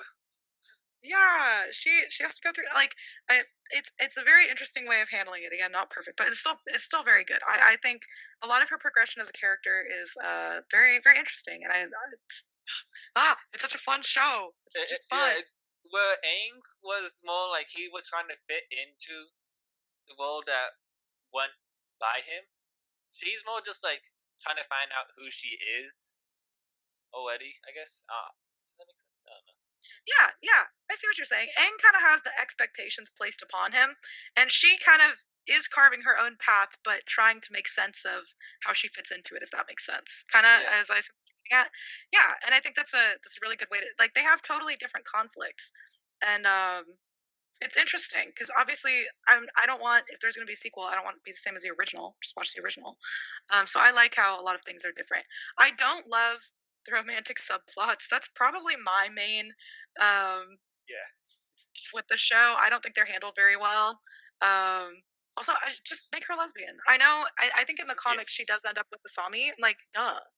That's the one where I'm like, she should have just known that in the first place. The dumbest thing is a love triangle to do. Just like it's like the love square to do between the two brothers and the Sami. Is like, okay, obviously she doesn't like the younger brother Bufu or whoever. She kind of likes the older brother, but like even then, the older brother's kind of an asshat sometimes. So the best choice is obviously the Asami. Obviously, I mean, Asami. Obviously, we need a fucking. I'm a strong, gay woman. Yes, I think they complement each other very well. I love them. I also know a lot of people. That's another thing that people were disappointed with, was that like it wasn't gay enough. But I don't know. I feel like if you like remember the timeline, I feel like we have a lot of explicitly queer media now, and not as much at that time. Especially this was on Nickelodeon. Like it wasn't as big, and the fact that it's canon in the comics, I don't know. I think that's enough for me. But I like I know I've been mentioning I like characters where like you just know that they're strong, and mostly it's been like a physical sense. I do appreciate how she's gone through a lot. I mean, obviously these are points of most stories, but she's gone through a lot. She's changed, she's grown, stuff like that. I do love her physical strength as the Avatar, and she's got those poppin' doubts that I love. But I do love that she's strong in many like other ways, and it's just a fun, interesting story. I quite like the Legend of Korra. Just thinking about it, it definitely is cool that she mostly uses firebending. Because I feel like firebending really emphasizes like how fucking strong you are, and the fact that she just profoundly uses that just like knock people out, which is like a punch, just like boom. Yeah, I think it's very fun also, just getting into the different bending styles. I don't know if you guys watched when Nickelodeon had the Avatar extras. I was obsessed. I had them memorized where they would show reruns of the show, but add in little like I don't want to say developer notes. I can't like notes from the people who made the show. And they had like all the little like commercial bits and stuff like that where they talked about like the inspiration for the different bending styles. I think her primarily using fire bending even as a waterbender, it's interesting to show that like like not brute force, but kind of feels like it, that just like raw Yeah. strength comes to her easier than like the I don't want to say like emotional difficulty, but essentially of like being able to let go, be like loose and free and stuff like that that you usually associate with like airbending and waterbending. It's more of just that like headstrong, like brute forcing it essentially, just raw power. I think it's cool. Obviously, she does know how to waterbend and does eventually, learn how to airbend. And the fact that it's a struggle, it says a lot about her character. It says a lot about the show, like who she is and stuff like that. I don't know. I think it's a fun show. I quite like. The, the characters are well written. I just feel like you said, sometimes the plots just fall short, and it's like, well, that's kind of lame. But like overall, it is a good show. I feel like just sometimes the plot or writing just kind of falls short. But besides that, it's just like it's still Avatar. It's still cool as a fucking badass. Or spunky. I think she's a really interesting character. Yeah, just like traveling everywhere. It's just like I fucking love it. And then her stepdad or whatever, the son of Aang, is like her teacher. So they're always just like clashing heads. At the time, there's like this free range airbender and then this Avatar spunky firebender. It's so like, funny. No, I want to do what I want to do. It's like you gotta chill out. Yeah, I love the conflict with like, oh, my father's legacy, like as this peacemaker, this like strong whatever, and then like Korra is none of these things. It's just like like her and Tenzin have a very interesting dynamic that I think is very funny as well. Yeah. I need to rewatch Korra. I've watched it multiple times, of course, and I put episodes on like in the background every once in a while. I need to like dedicated like rewatch it. I stopped at season 3, unfortunately. I think that's when she gets like a true PTSD and fights the airbender. But like, yeah, I didn't get that far. I stopped at the Water Village, season 2. I do also really like how each season has a distinct like villain and like theme. Yeah. They just really separate like each season is really separated by the villains to me, honestly. Yeah. Whereas I feel like season 2 is technically another Bloodbender, but it's this evil Waterbender. But I really like season 2 because it goes over the first Avatar arc. I think that's a cool side arc. Avatar Wong. Avatar Wong. Now that's a funny character. Yeah, that was a very fun. Like I liked the art style change as well. Yeah, it's quite fun. I love when they do that in Avatar. It's not the first time they've like changed the art style, but it's just always fun to see. It was a very good arc. So when and I feel watching Koa Tanaka. No. Anyways, next nugget. What were you gonna say? Huh? What were you going to say? I forgot. Just do it. Just watch the show. It's good. It's fun. Show. Yeah. Asami is there. Consider. Korra is also there. I actually really do love Bolin as well. I know he's usually just like a goofy side character, but he's cute. He brings me joy. I just like there's not really a character that I don't like. Maybe no. I like pretty much all of them. So highly recommend. It's fun. It's fun. Right. Okay, so come to the end of my personal bias list, and just to bring it back to you are a sizable woman. Motherfucking Marissa. Marissa. Listen. That's a whole lot of woman right there. Okay, the fact that she is 2 meters, 200 centimeters tall, 6'8", and she's afraid of heights. It's cute. Afraid of heights. I love that for her so fucking dearly. But she is an up-and-coming jewelry designer from Italy who claims ancestry to ancient Greek warriors. She enjoys worthy opponents and fine arts. primarily uses pink ration, a submission-based fighting style that combines wrestling with boxing dating back to the 7th century Greece. I mean, the helmet alone, slaying the universe. Yes. And I love how even though she has a helmet, her hair looks like a helmet. I think that's such a cute fucking detail. What were you gonna say? I was gonna say the same thing. I'm like, is that her helmet or her hair? No, helmet, hair. But Love super it. cute. And also, this little clip of her with their, like, lion friend, so fucking cute. I love it. I love it dearly. I love when just, like, a giant of a person just, like, comes across what's supposed to be, like, a dangerous animal. It's just like, we're friends now. I've decided. We are on equal strength status. It's so fucking cute. This tricep in this picture. God damn. Jesus Christ. This tricep, this bicep, this peak of ab. What the fuck else more do you want? I can't see the delt, but I know it's there. I was gonna say there's all this pectoral muscle from shoulder all the way to the abs, just like, god damn. Like, there is just so much muscle. Also, I love my brain. Is this a JoJo reference? It's just a JoJo reference. I'm so stupid. Anyways, but super cool, super amazing. I will main the fuck out of her once I get into Street Fighter 6. And that's not even discussion. The second I am in that game, I am main as her, and I will fucking slay the universe as her. I've decided. When we gonna hop on Street Fighter again? After this podcast ends. Immediately after this. And I have not heard about her story at all in the slightest, so I haven't been spoiled at all. But this next pick, when I say change your brain it needs to be me, yes, change my brain chemistry. It should have been me. It should have been me. When she's in a wedding dress. I love it. Oh, just fucking Jesus fucking Christ. Just all of the sound effects, all of it. Just I will happily put the image of me just against her, just the complete height difference. Her in this dress and me in a suit. I want it. Please. I will happily. The lace going up her muscles. It's funny, I'm getting Goto vibes from Legend of Zelda as well. I think just because Getting who? hairstyle.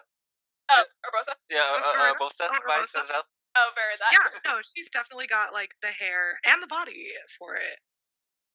But just the fact that how the fuck do you make lace look strong? For real. How do you Lace do looks that? strong. I love the lace lace is like it's accentuating the delts. I'm just saying that The too. Put that in there. The triceps as well. It's so fun. But yeah, the fact that she's a jacked as shit, just like wrestler, but also jewelry designer, fucking love it. Wife immediately. This is wife. I've decided. Have you seen gameplay at all? No. You haven't? No? No. So yeah, that's why I say when I have not really been spoiled, I've not been spoiled except for this pick and this and this. So that's all I've seen of her, and just based on that, I've got what I needed. Enough to know she's the perfect woman. I might have seen some gameplay, but I can't remember if she fights similar to Zangief because of wrestling and all. Yeah. But I think she does actually. I remember shootings from like small clips I saw. She does a shit ton of damage when she fucking hits you. Mhm. And also I think she does wrestling moves as well, which also just like Zangief, you just need to do a small boop boop, and then you did like half a health bar. while you're playing as Ken, and you got it. But just the fact that just 2 meters alone, just The power! The power, everyone! The power! anyway, I've said long enough. This picture is gonna. I will either inspire my wedding based off of this picture alone, or my wedding is just gonna be just this as a stand-e at her actual height. You're just up there at the altar with the big like cardboard cutout. Yeah. Love it. Love it. Just wifey, please. Anyways. Yes. Wrapping up the personal biases segment, Kisai. Okay, so don't judge us, but another My Hero Academia pick. But what was is it Hirokoshi? I think it's Hirokoshi. What was Hirokoshi cooking with all these fucking superheroes? So we got Nana Shimona, the seventh user of One for All Quirk, and the former mentor of All Might.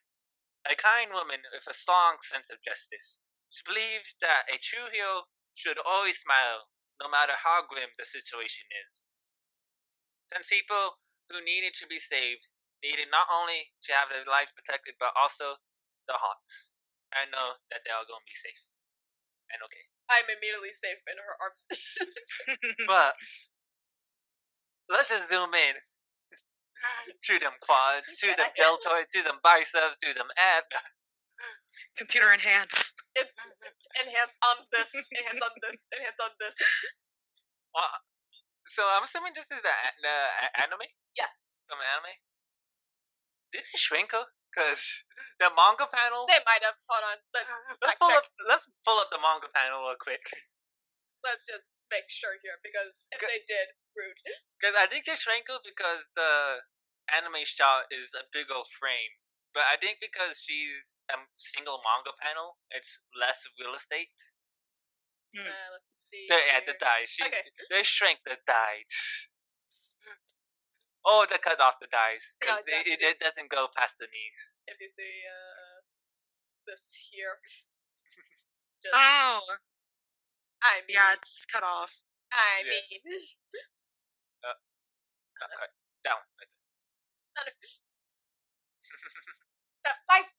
Dang. The bicep and the thighs. Holy shit. There's one thing about My Hero Academia's manga. Hirokoshi can fucking draw a fucking manga panel. Like, he has such great fucking art. If you look at fucking, what's his name in the background? Like, even he looks fucking, like, ripped. Unimportant. Not a ripped woman. Irrelevant. Not But, no, Hirokoshi can draw so well, and when he draws all for one or all for one or one for all user, just like, he goes fucking ham. And just Nana Shimura in the manga, just, goddamn, that's a sizable woman right there. No, what is this? What is that? Fake. Boo. Fake.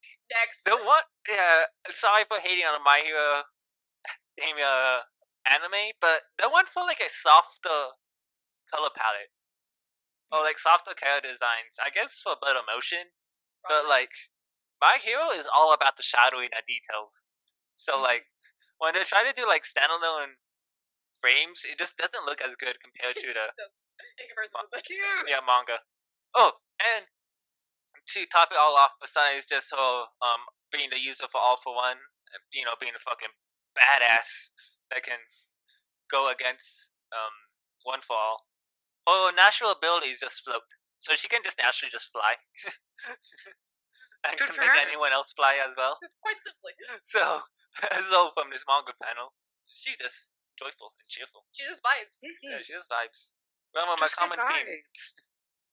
My common theme. If she just vibes or cheerful, and the fact that she's the one that taught All Alright. Might to always smile, because that's like her way. Right there. Yep. No matter how grim a situation is, a hero must always smile. Like only My Hero Academia is fucking fire because like Hirokoshi was like hitting all the nails for what it means to be a hero, and then he got you like evil Deku arc, and it's like okay, Okay, fuck that. Oh, fuck that right off. okay, fuck that right off. But just only with My Hero Academia and just like how Nana Shimura was like, she was it.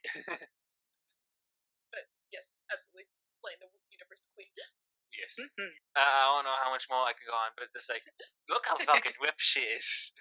This is the Muscle Queen episode. It's a must.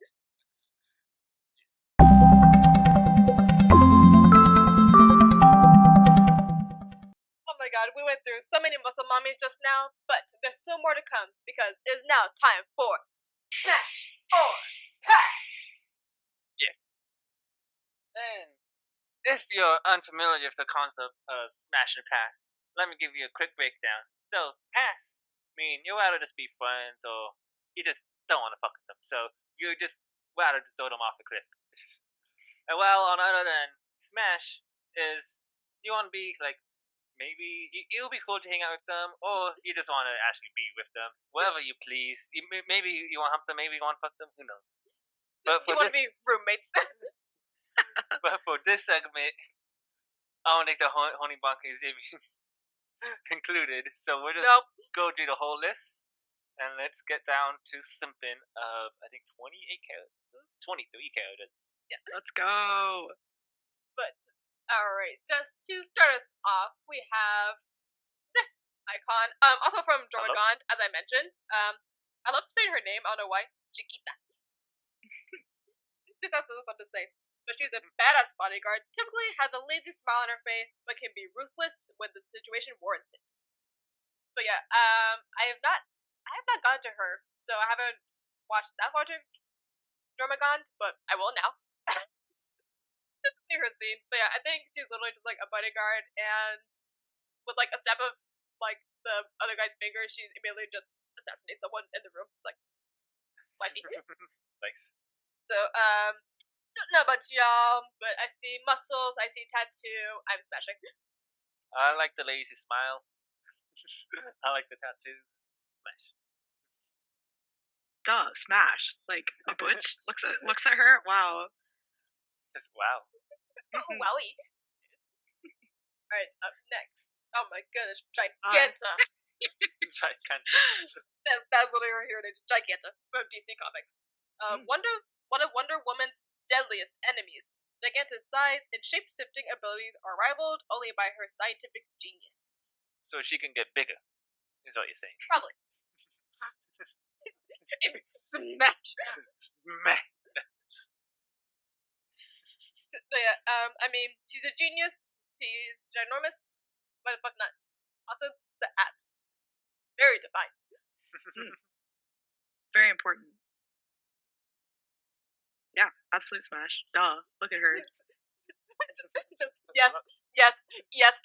Look at this. For real. I was thinking, last time y'all had me over was for the goth episode, and with Smash or Pass, my biggest thing is like, some of these look like kids in cute little outfits. I'm like, nah. With all of these, I'm like, what's stopping me? Like, I don't even know half these characters, but I'm just like, look at them. Smash. Boom. Smash. Like, all of them. Let's go. They can smash me. No. Perfect. Preferred. Okay, Okay, this one I gotta go a pod past. this is gonna be a pass for me. What is it? Quite. There you go. Oh no. I don't fuck with you. And it's not just because I'll out myself later. I only seen the Helsinger Bridge, and the Helsinger Bridge is so ridiculous. So I don't even want to know what her actual character is like if it's anything close to that. Well, I have it right here. Zoran Blitz from Hellsing Ultimate, extremely sadistic and bloodthirsty, often enjoying using her illusion magic to to mess with her victims' minds before she finishes them off. Calls people sad meat sex. Well, no. I'm feeling so conflicted. I literally was just like, well, duh, I'm gonna say yes to all of them. The next one, like, oh, I might actually pass. Damn. I think it'll be smart to pass with this one. Like, I'll I mean, pass on this one. Like, I'm kind of a masochist, but this is a little much. I don't know if I'm masculinist enough to simp for a Nazi vampire. Nope. Damn. Nope. Yeah, Pass. probably pass. Immediately no. Okay, this. Hi. Smash. Yeah, instantly. Smash. Titania from Marvel Comics. She is. Who named these characters? Gigantia, Titania. They got creative. Leave them alone. The spikes. So 6'6". I don't have the centimeters conversion for that, but just under 2 meters, I'm gonna assume. Super strong, force to be reckoned with, and foremost foe to She-Hulk. Interesting. So she can go against She-Hulk? Yeah. Also, this little comic strip. You're in my seat, small fry. Move. Or what? Or I can move you. I will move you.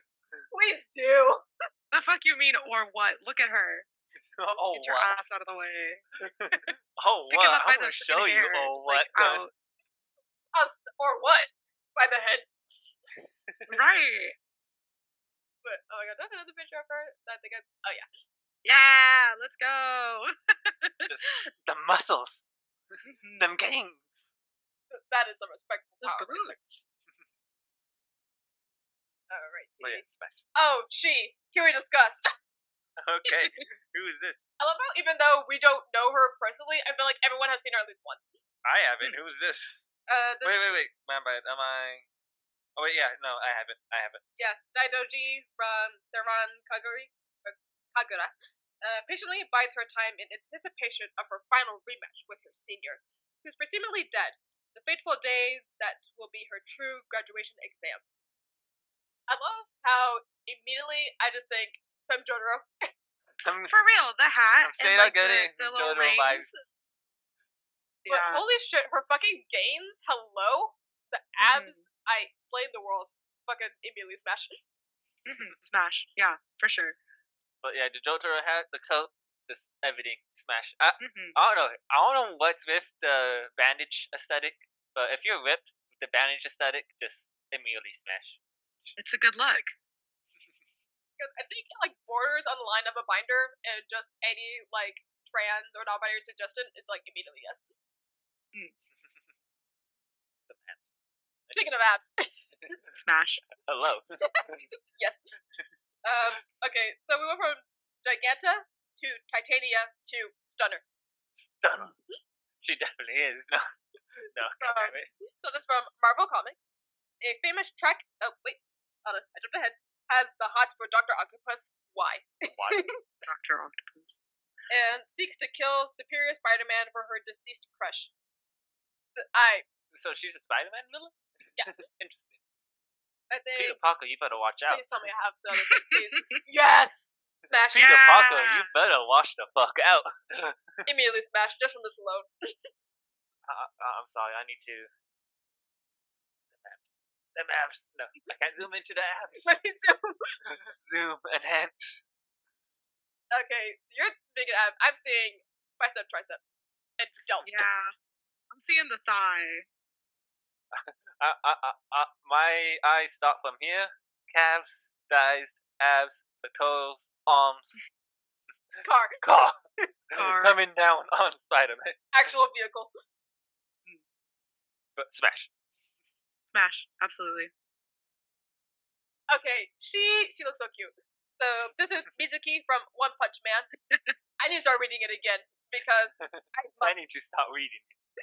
No, because I was reading it until my freaking app that I was using it like stopped at a really weird point. So I don't have any recollection of anything that was animated in season 2. But So what do you want? Reading the actual webcomic? Yeah. Or the... no, like the manga. actual Or manga. you're reading the original webcomic? Yeah. Okay, so she is a famous track and field champion who seeks who decided to become a hero, and she is bubbly, cheerful, and dutiful. And I just know Naruto does that go. Anyway. Yeah. I'm like, what the hell? Yeah. this Naruto fuck- and Devilman Crybaby. Is that like Devilman when Crybaby? someone from. this Yeah, they're doing height the little run. difference. God damn. Can we discuss? Dang. That's just you, Sanaka. No. This could be me. That is you and me. This could be me. This could be me, and how I choose death, you might ask? This. He's died. How I choose death, this. Those fucking legs, holy shit, smash. Smash. Smash. Yeah, absolutely. Easy. Wait.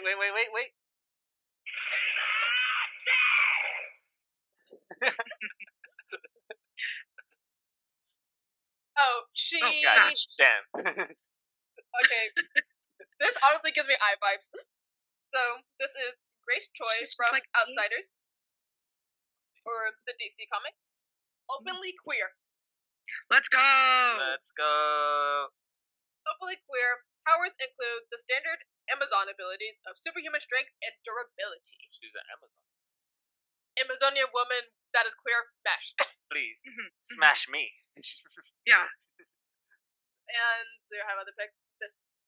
Her tattoos, Yes. what I'm looking at. Her Her tattoos, tats. her boots, her gloves.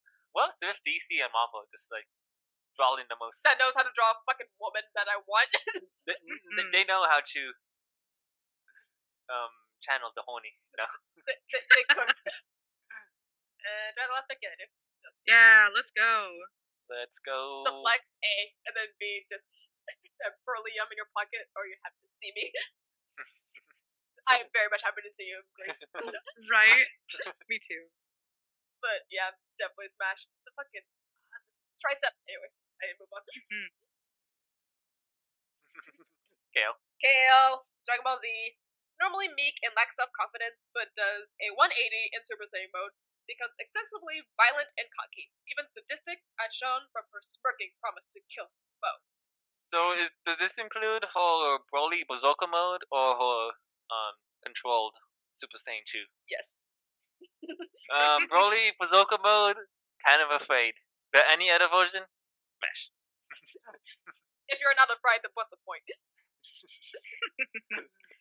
Have you seen bro fully raged out Kale? No, but I want to.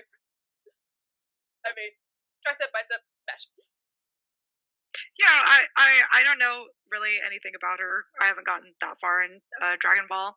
But I will give a tentative smash. Sorry, smash. Like, I would okay. say Like, look at her. this is her Sure.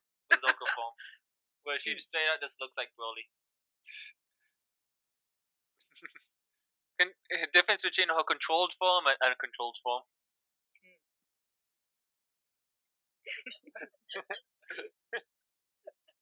I know, bitch. Let's go. Okay, so you might be looking at this video if you're watching YouTube version and going, "The fuck? That's not Muscle Queen. What is this?" Hi. Oh, transformation. Full on JoJo character. Let's go. So this is. What's your name, Biscuit? Yeah.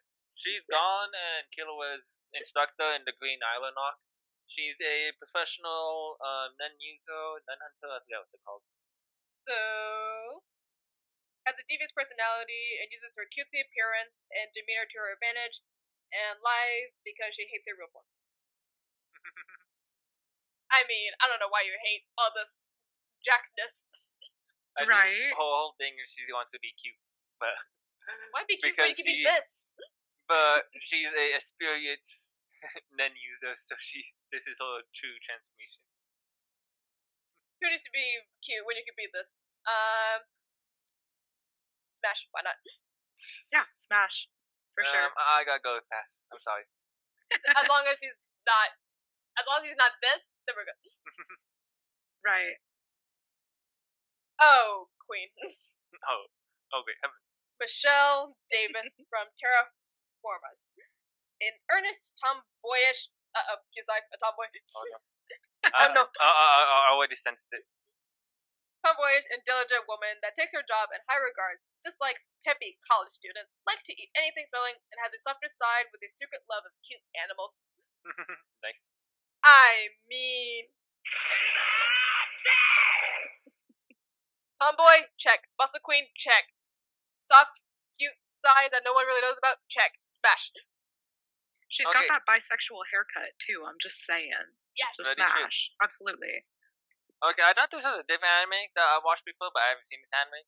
But just based off description and picture, smash. Hmm. Just no debate. Hmm. Okay, we have Hawk Woman from DC Comics. Wields a magic mace and uses metal wings to fly. Metal. I mean, more on the tone side, but I could see the delts. The delt is delting. And you got a mace. Smash. Yeah, we love big, heavy weapon. Cool. Smash. I'm gonna oppose to smashing. Just not tickling my boots. So I guess I'll go with So I'll go with pass.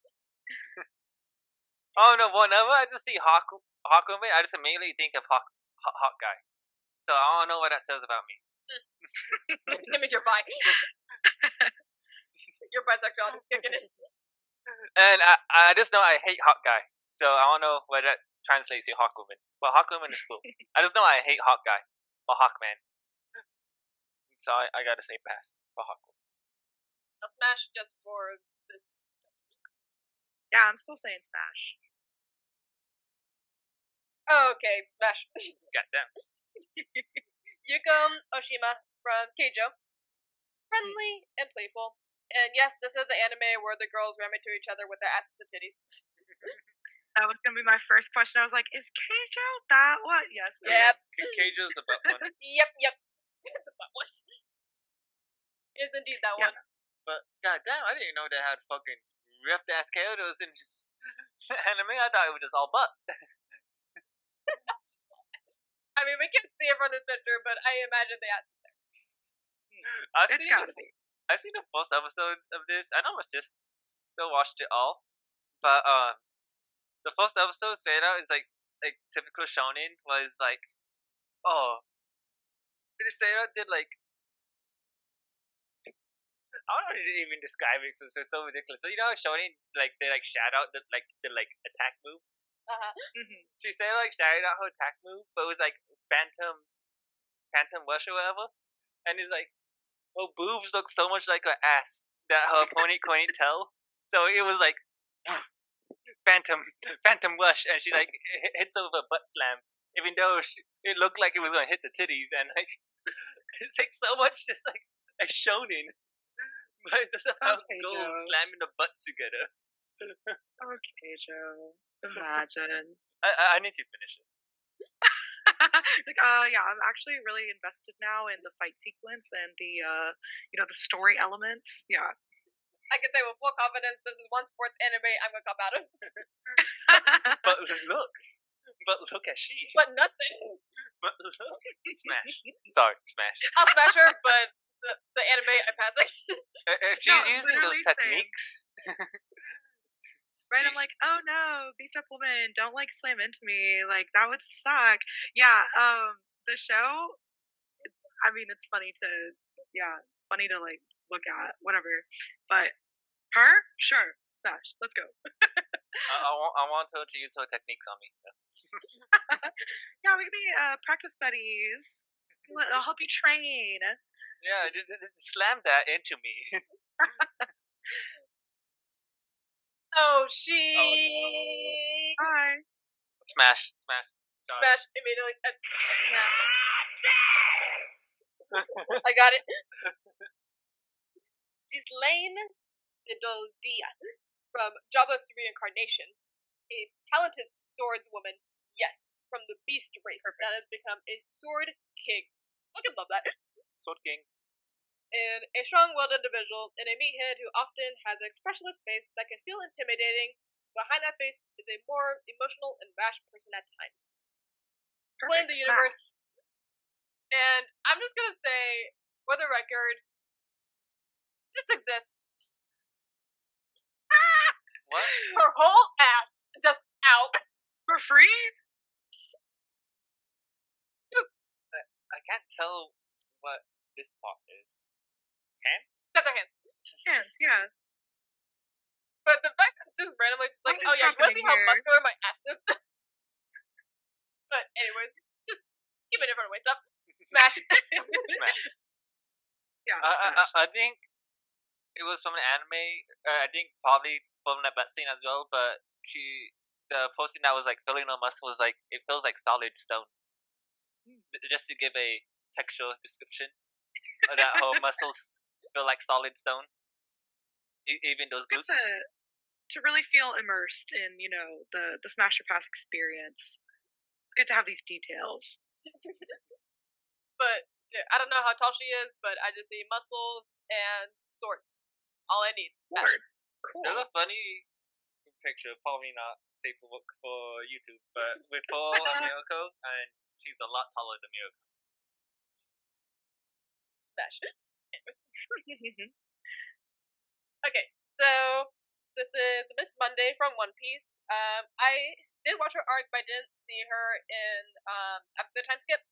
So she's overpowered by Zoro during the mission to stop Luffy, and post time skip, that is she, and she has a child.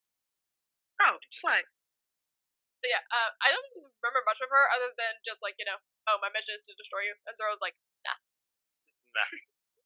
Simply no. But honestly, looks pretty chill. Definitely an impressive arm, I would say. So as long as they don't have to, I was gonna say, as long as they don't have to babysit the kid, Smash. It's funny. Oh, go ahead. Enough, good. When I saw One Piece, I was gonna be like, instant pass, because I do not like how the women are drawn in One Piece, like automatically on principle. Then I saw her, I was like, okay, never mind. Never Like, mind. Sure, I will give a smash. Oh, when I say this is fucking I. I don't That's think I said me. anything from before. I think I'll say smash. Yeah, for the last one. Oh yeah. Let's go. When I say this is I reincarnated, this is just I reincarnated.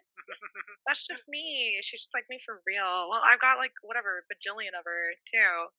And Kay sells at work. I wanted to cosplay her Yes. real bad. It's like I just fully. need my cute little shorts. I got a tank top. She's got a fun sword. Her episode is really fun. I'm a cells at work enthusiast. It was a very fun episode, and that's literally short for natural killer cell. That's just cool. Like Yes. the scientists call it that. Sure, that's so fun. She's perfect. She's perfect. That very good. I found the picture. Yeah. She might be 6'1". Yeah, we cannot post that. She might be 6'1", just saying. But yes, the natural killer cell, a rather sarcastic woman who prefers working independently as she cares for her friend's safety. The Delt. Smash. Smash. Smash so much. I love her. Just immediately, yes please. Yes, please. I love how this is like the elevated bisexual haircut, where it's just It is. I love it. And anyone with that haircut does instantly smash. smash. Smash. Yeah. Hi. Sandra Guts from Dirty Pair. After taking Kay hostage, Sandra puts her in a wrestling match between them, viewed by all her subordinates to further her ego and prove that she is a stronger one, a grudge she has held since their training. I mean, if there is anyone that is stronger than this, I'd love to see it. Because the arm alone, her shoulder is the size of my head. What? Just, yeah, smash, immediately. Yeah, smash. Agree. Smash. Also, wait, I love how those of pics, it's like actual titties, but then some of them is just like text. Honestly, that's the funniest thing about like buff anime characters or like buff anime women. Just like, is that titty or is that text? I don't care. It is popping. Right? As the bisexual answer. Yes. Oh, she. Hi, Let's go. smash. Smash. Big sword, smash. Genie from Rune Soldier, adventurer and former soldier of Open, has a rather cool demeanor, but Louis' stupid behavior tends to push her to a point of violence. Girl boss. Love that. Honestly. Still respects him, says Louis doesn't look down on her for being a woman. Bare minimum, but okay. I know, right? Like, oh, congrats, you don't see fucking gender or sex. But big sword, smash. Do I have another picture where she's... Nope. I could have sworn I had one picture of her where I think she's just giant, so smash. Yeah, like extremely smash. Like I broke the button from like hitting it too hard. She's perfect. Also, if we like not just the keyhole, like keyhole obviously, but keyhole combined with under titty, combined with that's a halter. Like the halter top with the keyhole with the under titty. What were they cooking? All of it.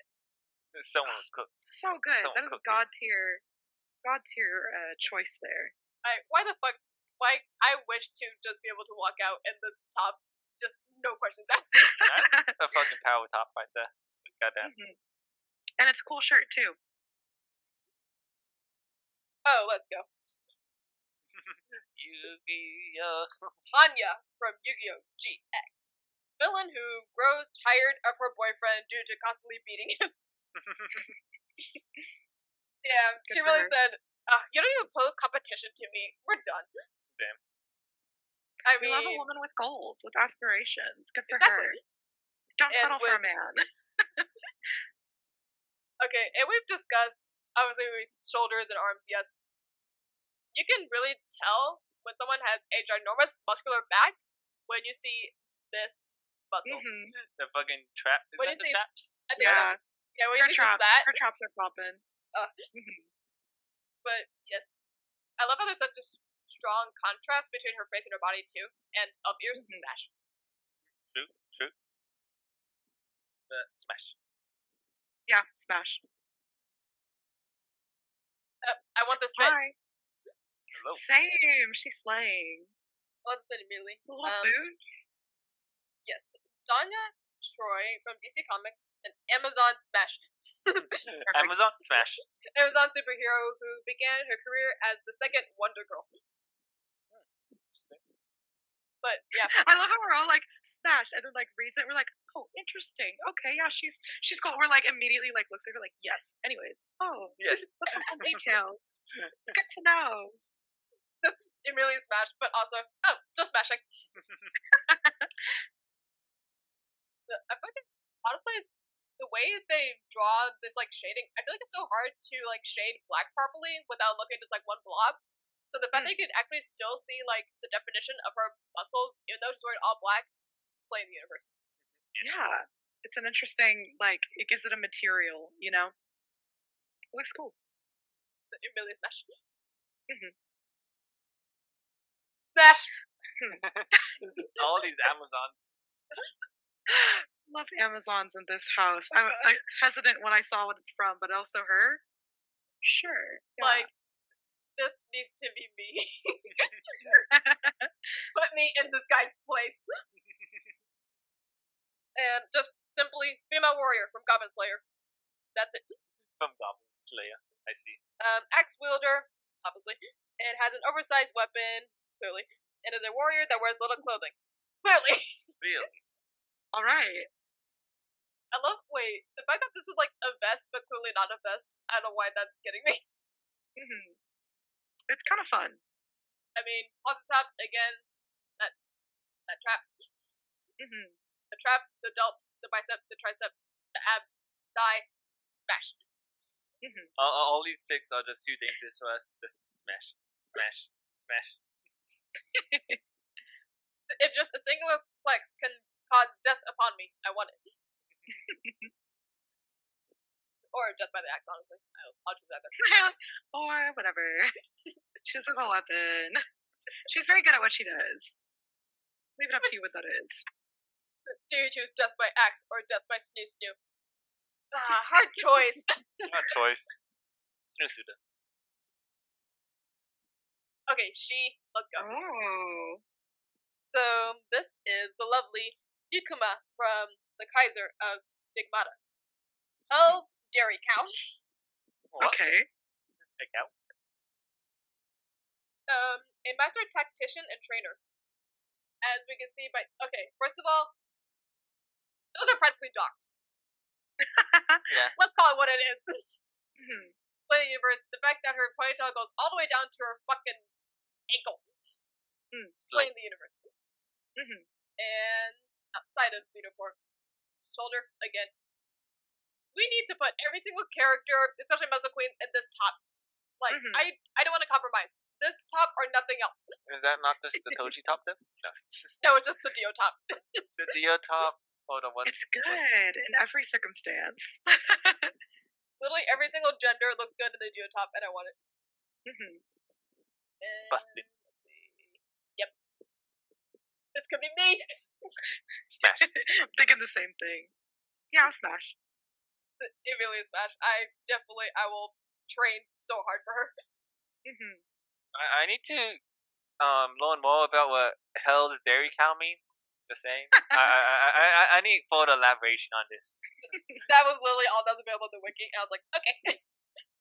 I'm gonna have to research this by myself. Yeah. So, yes, let's see. Kaiser is Stigmata. Where can I watch this? Is this on Hulu or where? Anyways. And last but not least, we have Glory from the DC Comics. Ooh. Nice. So, okay, now I know you're looking at this and thinking, I mean, kind of skinny, more on the skinny side. I think this was one of the earlier iterations, and then they said, you know what? If she's gonna be a half Amazon, half demon warrior princess, mind Yeah. you, like if we're gonna have a half Amazon, half demon warrior princess, we need actual muscles. They said, all right, bet. Let's go. Yes. Now those are some muscles. Those are some back. You are a sizable woman. That's a sizable woman. That is a thick, fine woman. That is everything that I want in my life. Yes. But yeah, also, she came into being because of an alliance against humans. I mean, We can probably work that out. Smash. yeah. We can work that out. Smash. I mean, I know I'm just a puny human, but consider I have lots to offer. I can cook. But I can cook. I can what? I can polish your armor. Yes. Goddamn. She's bricked up now. Okay, that is a wrap. Holy shit, we went through so many muscle queens, so little time. But So many recordings. but if you're still here after however long this is gonna be, probably 3 fucking hours, thank you so much for joining us on this mega episode. And if there are any muscle queens that we missed, I hope not. Let us know, and maybe we'll do a sequel if y'all are interested. I know I will be.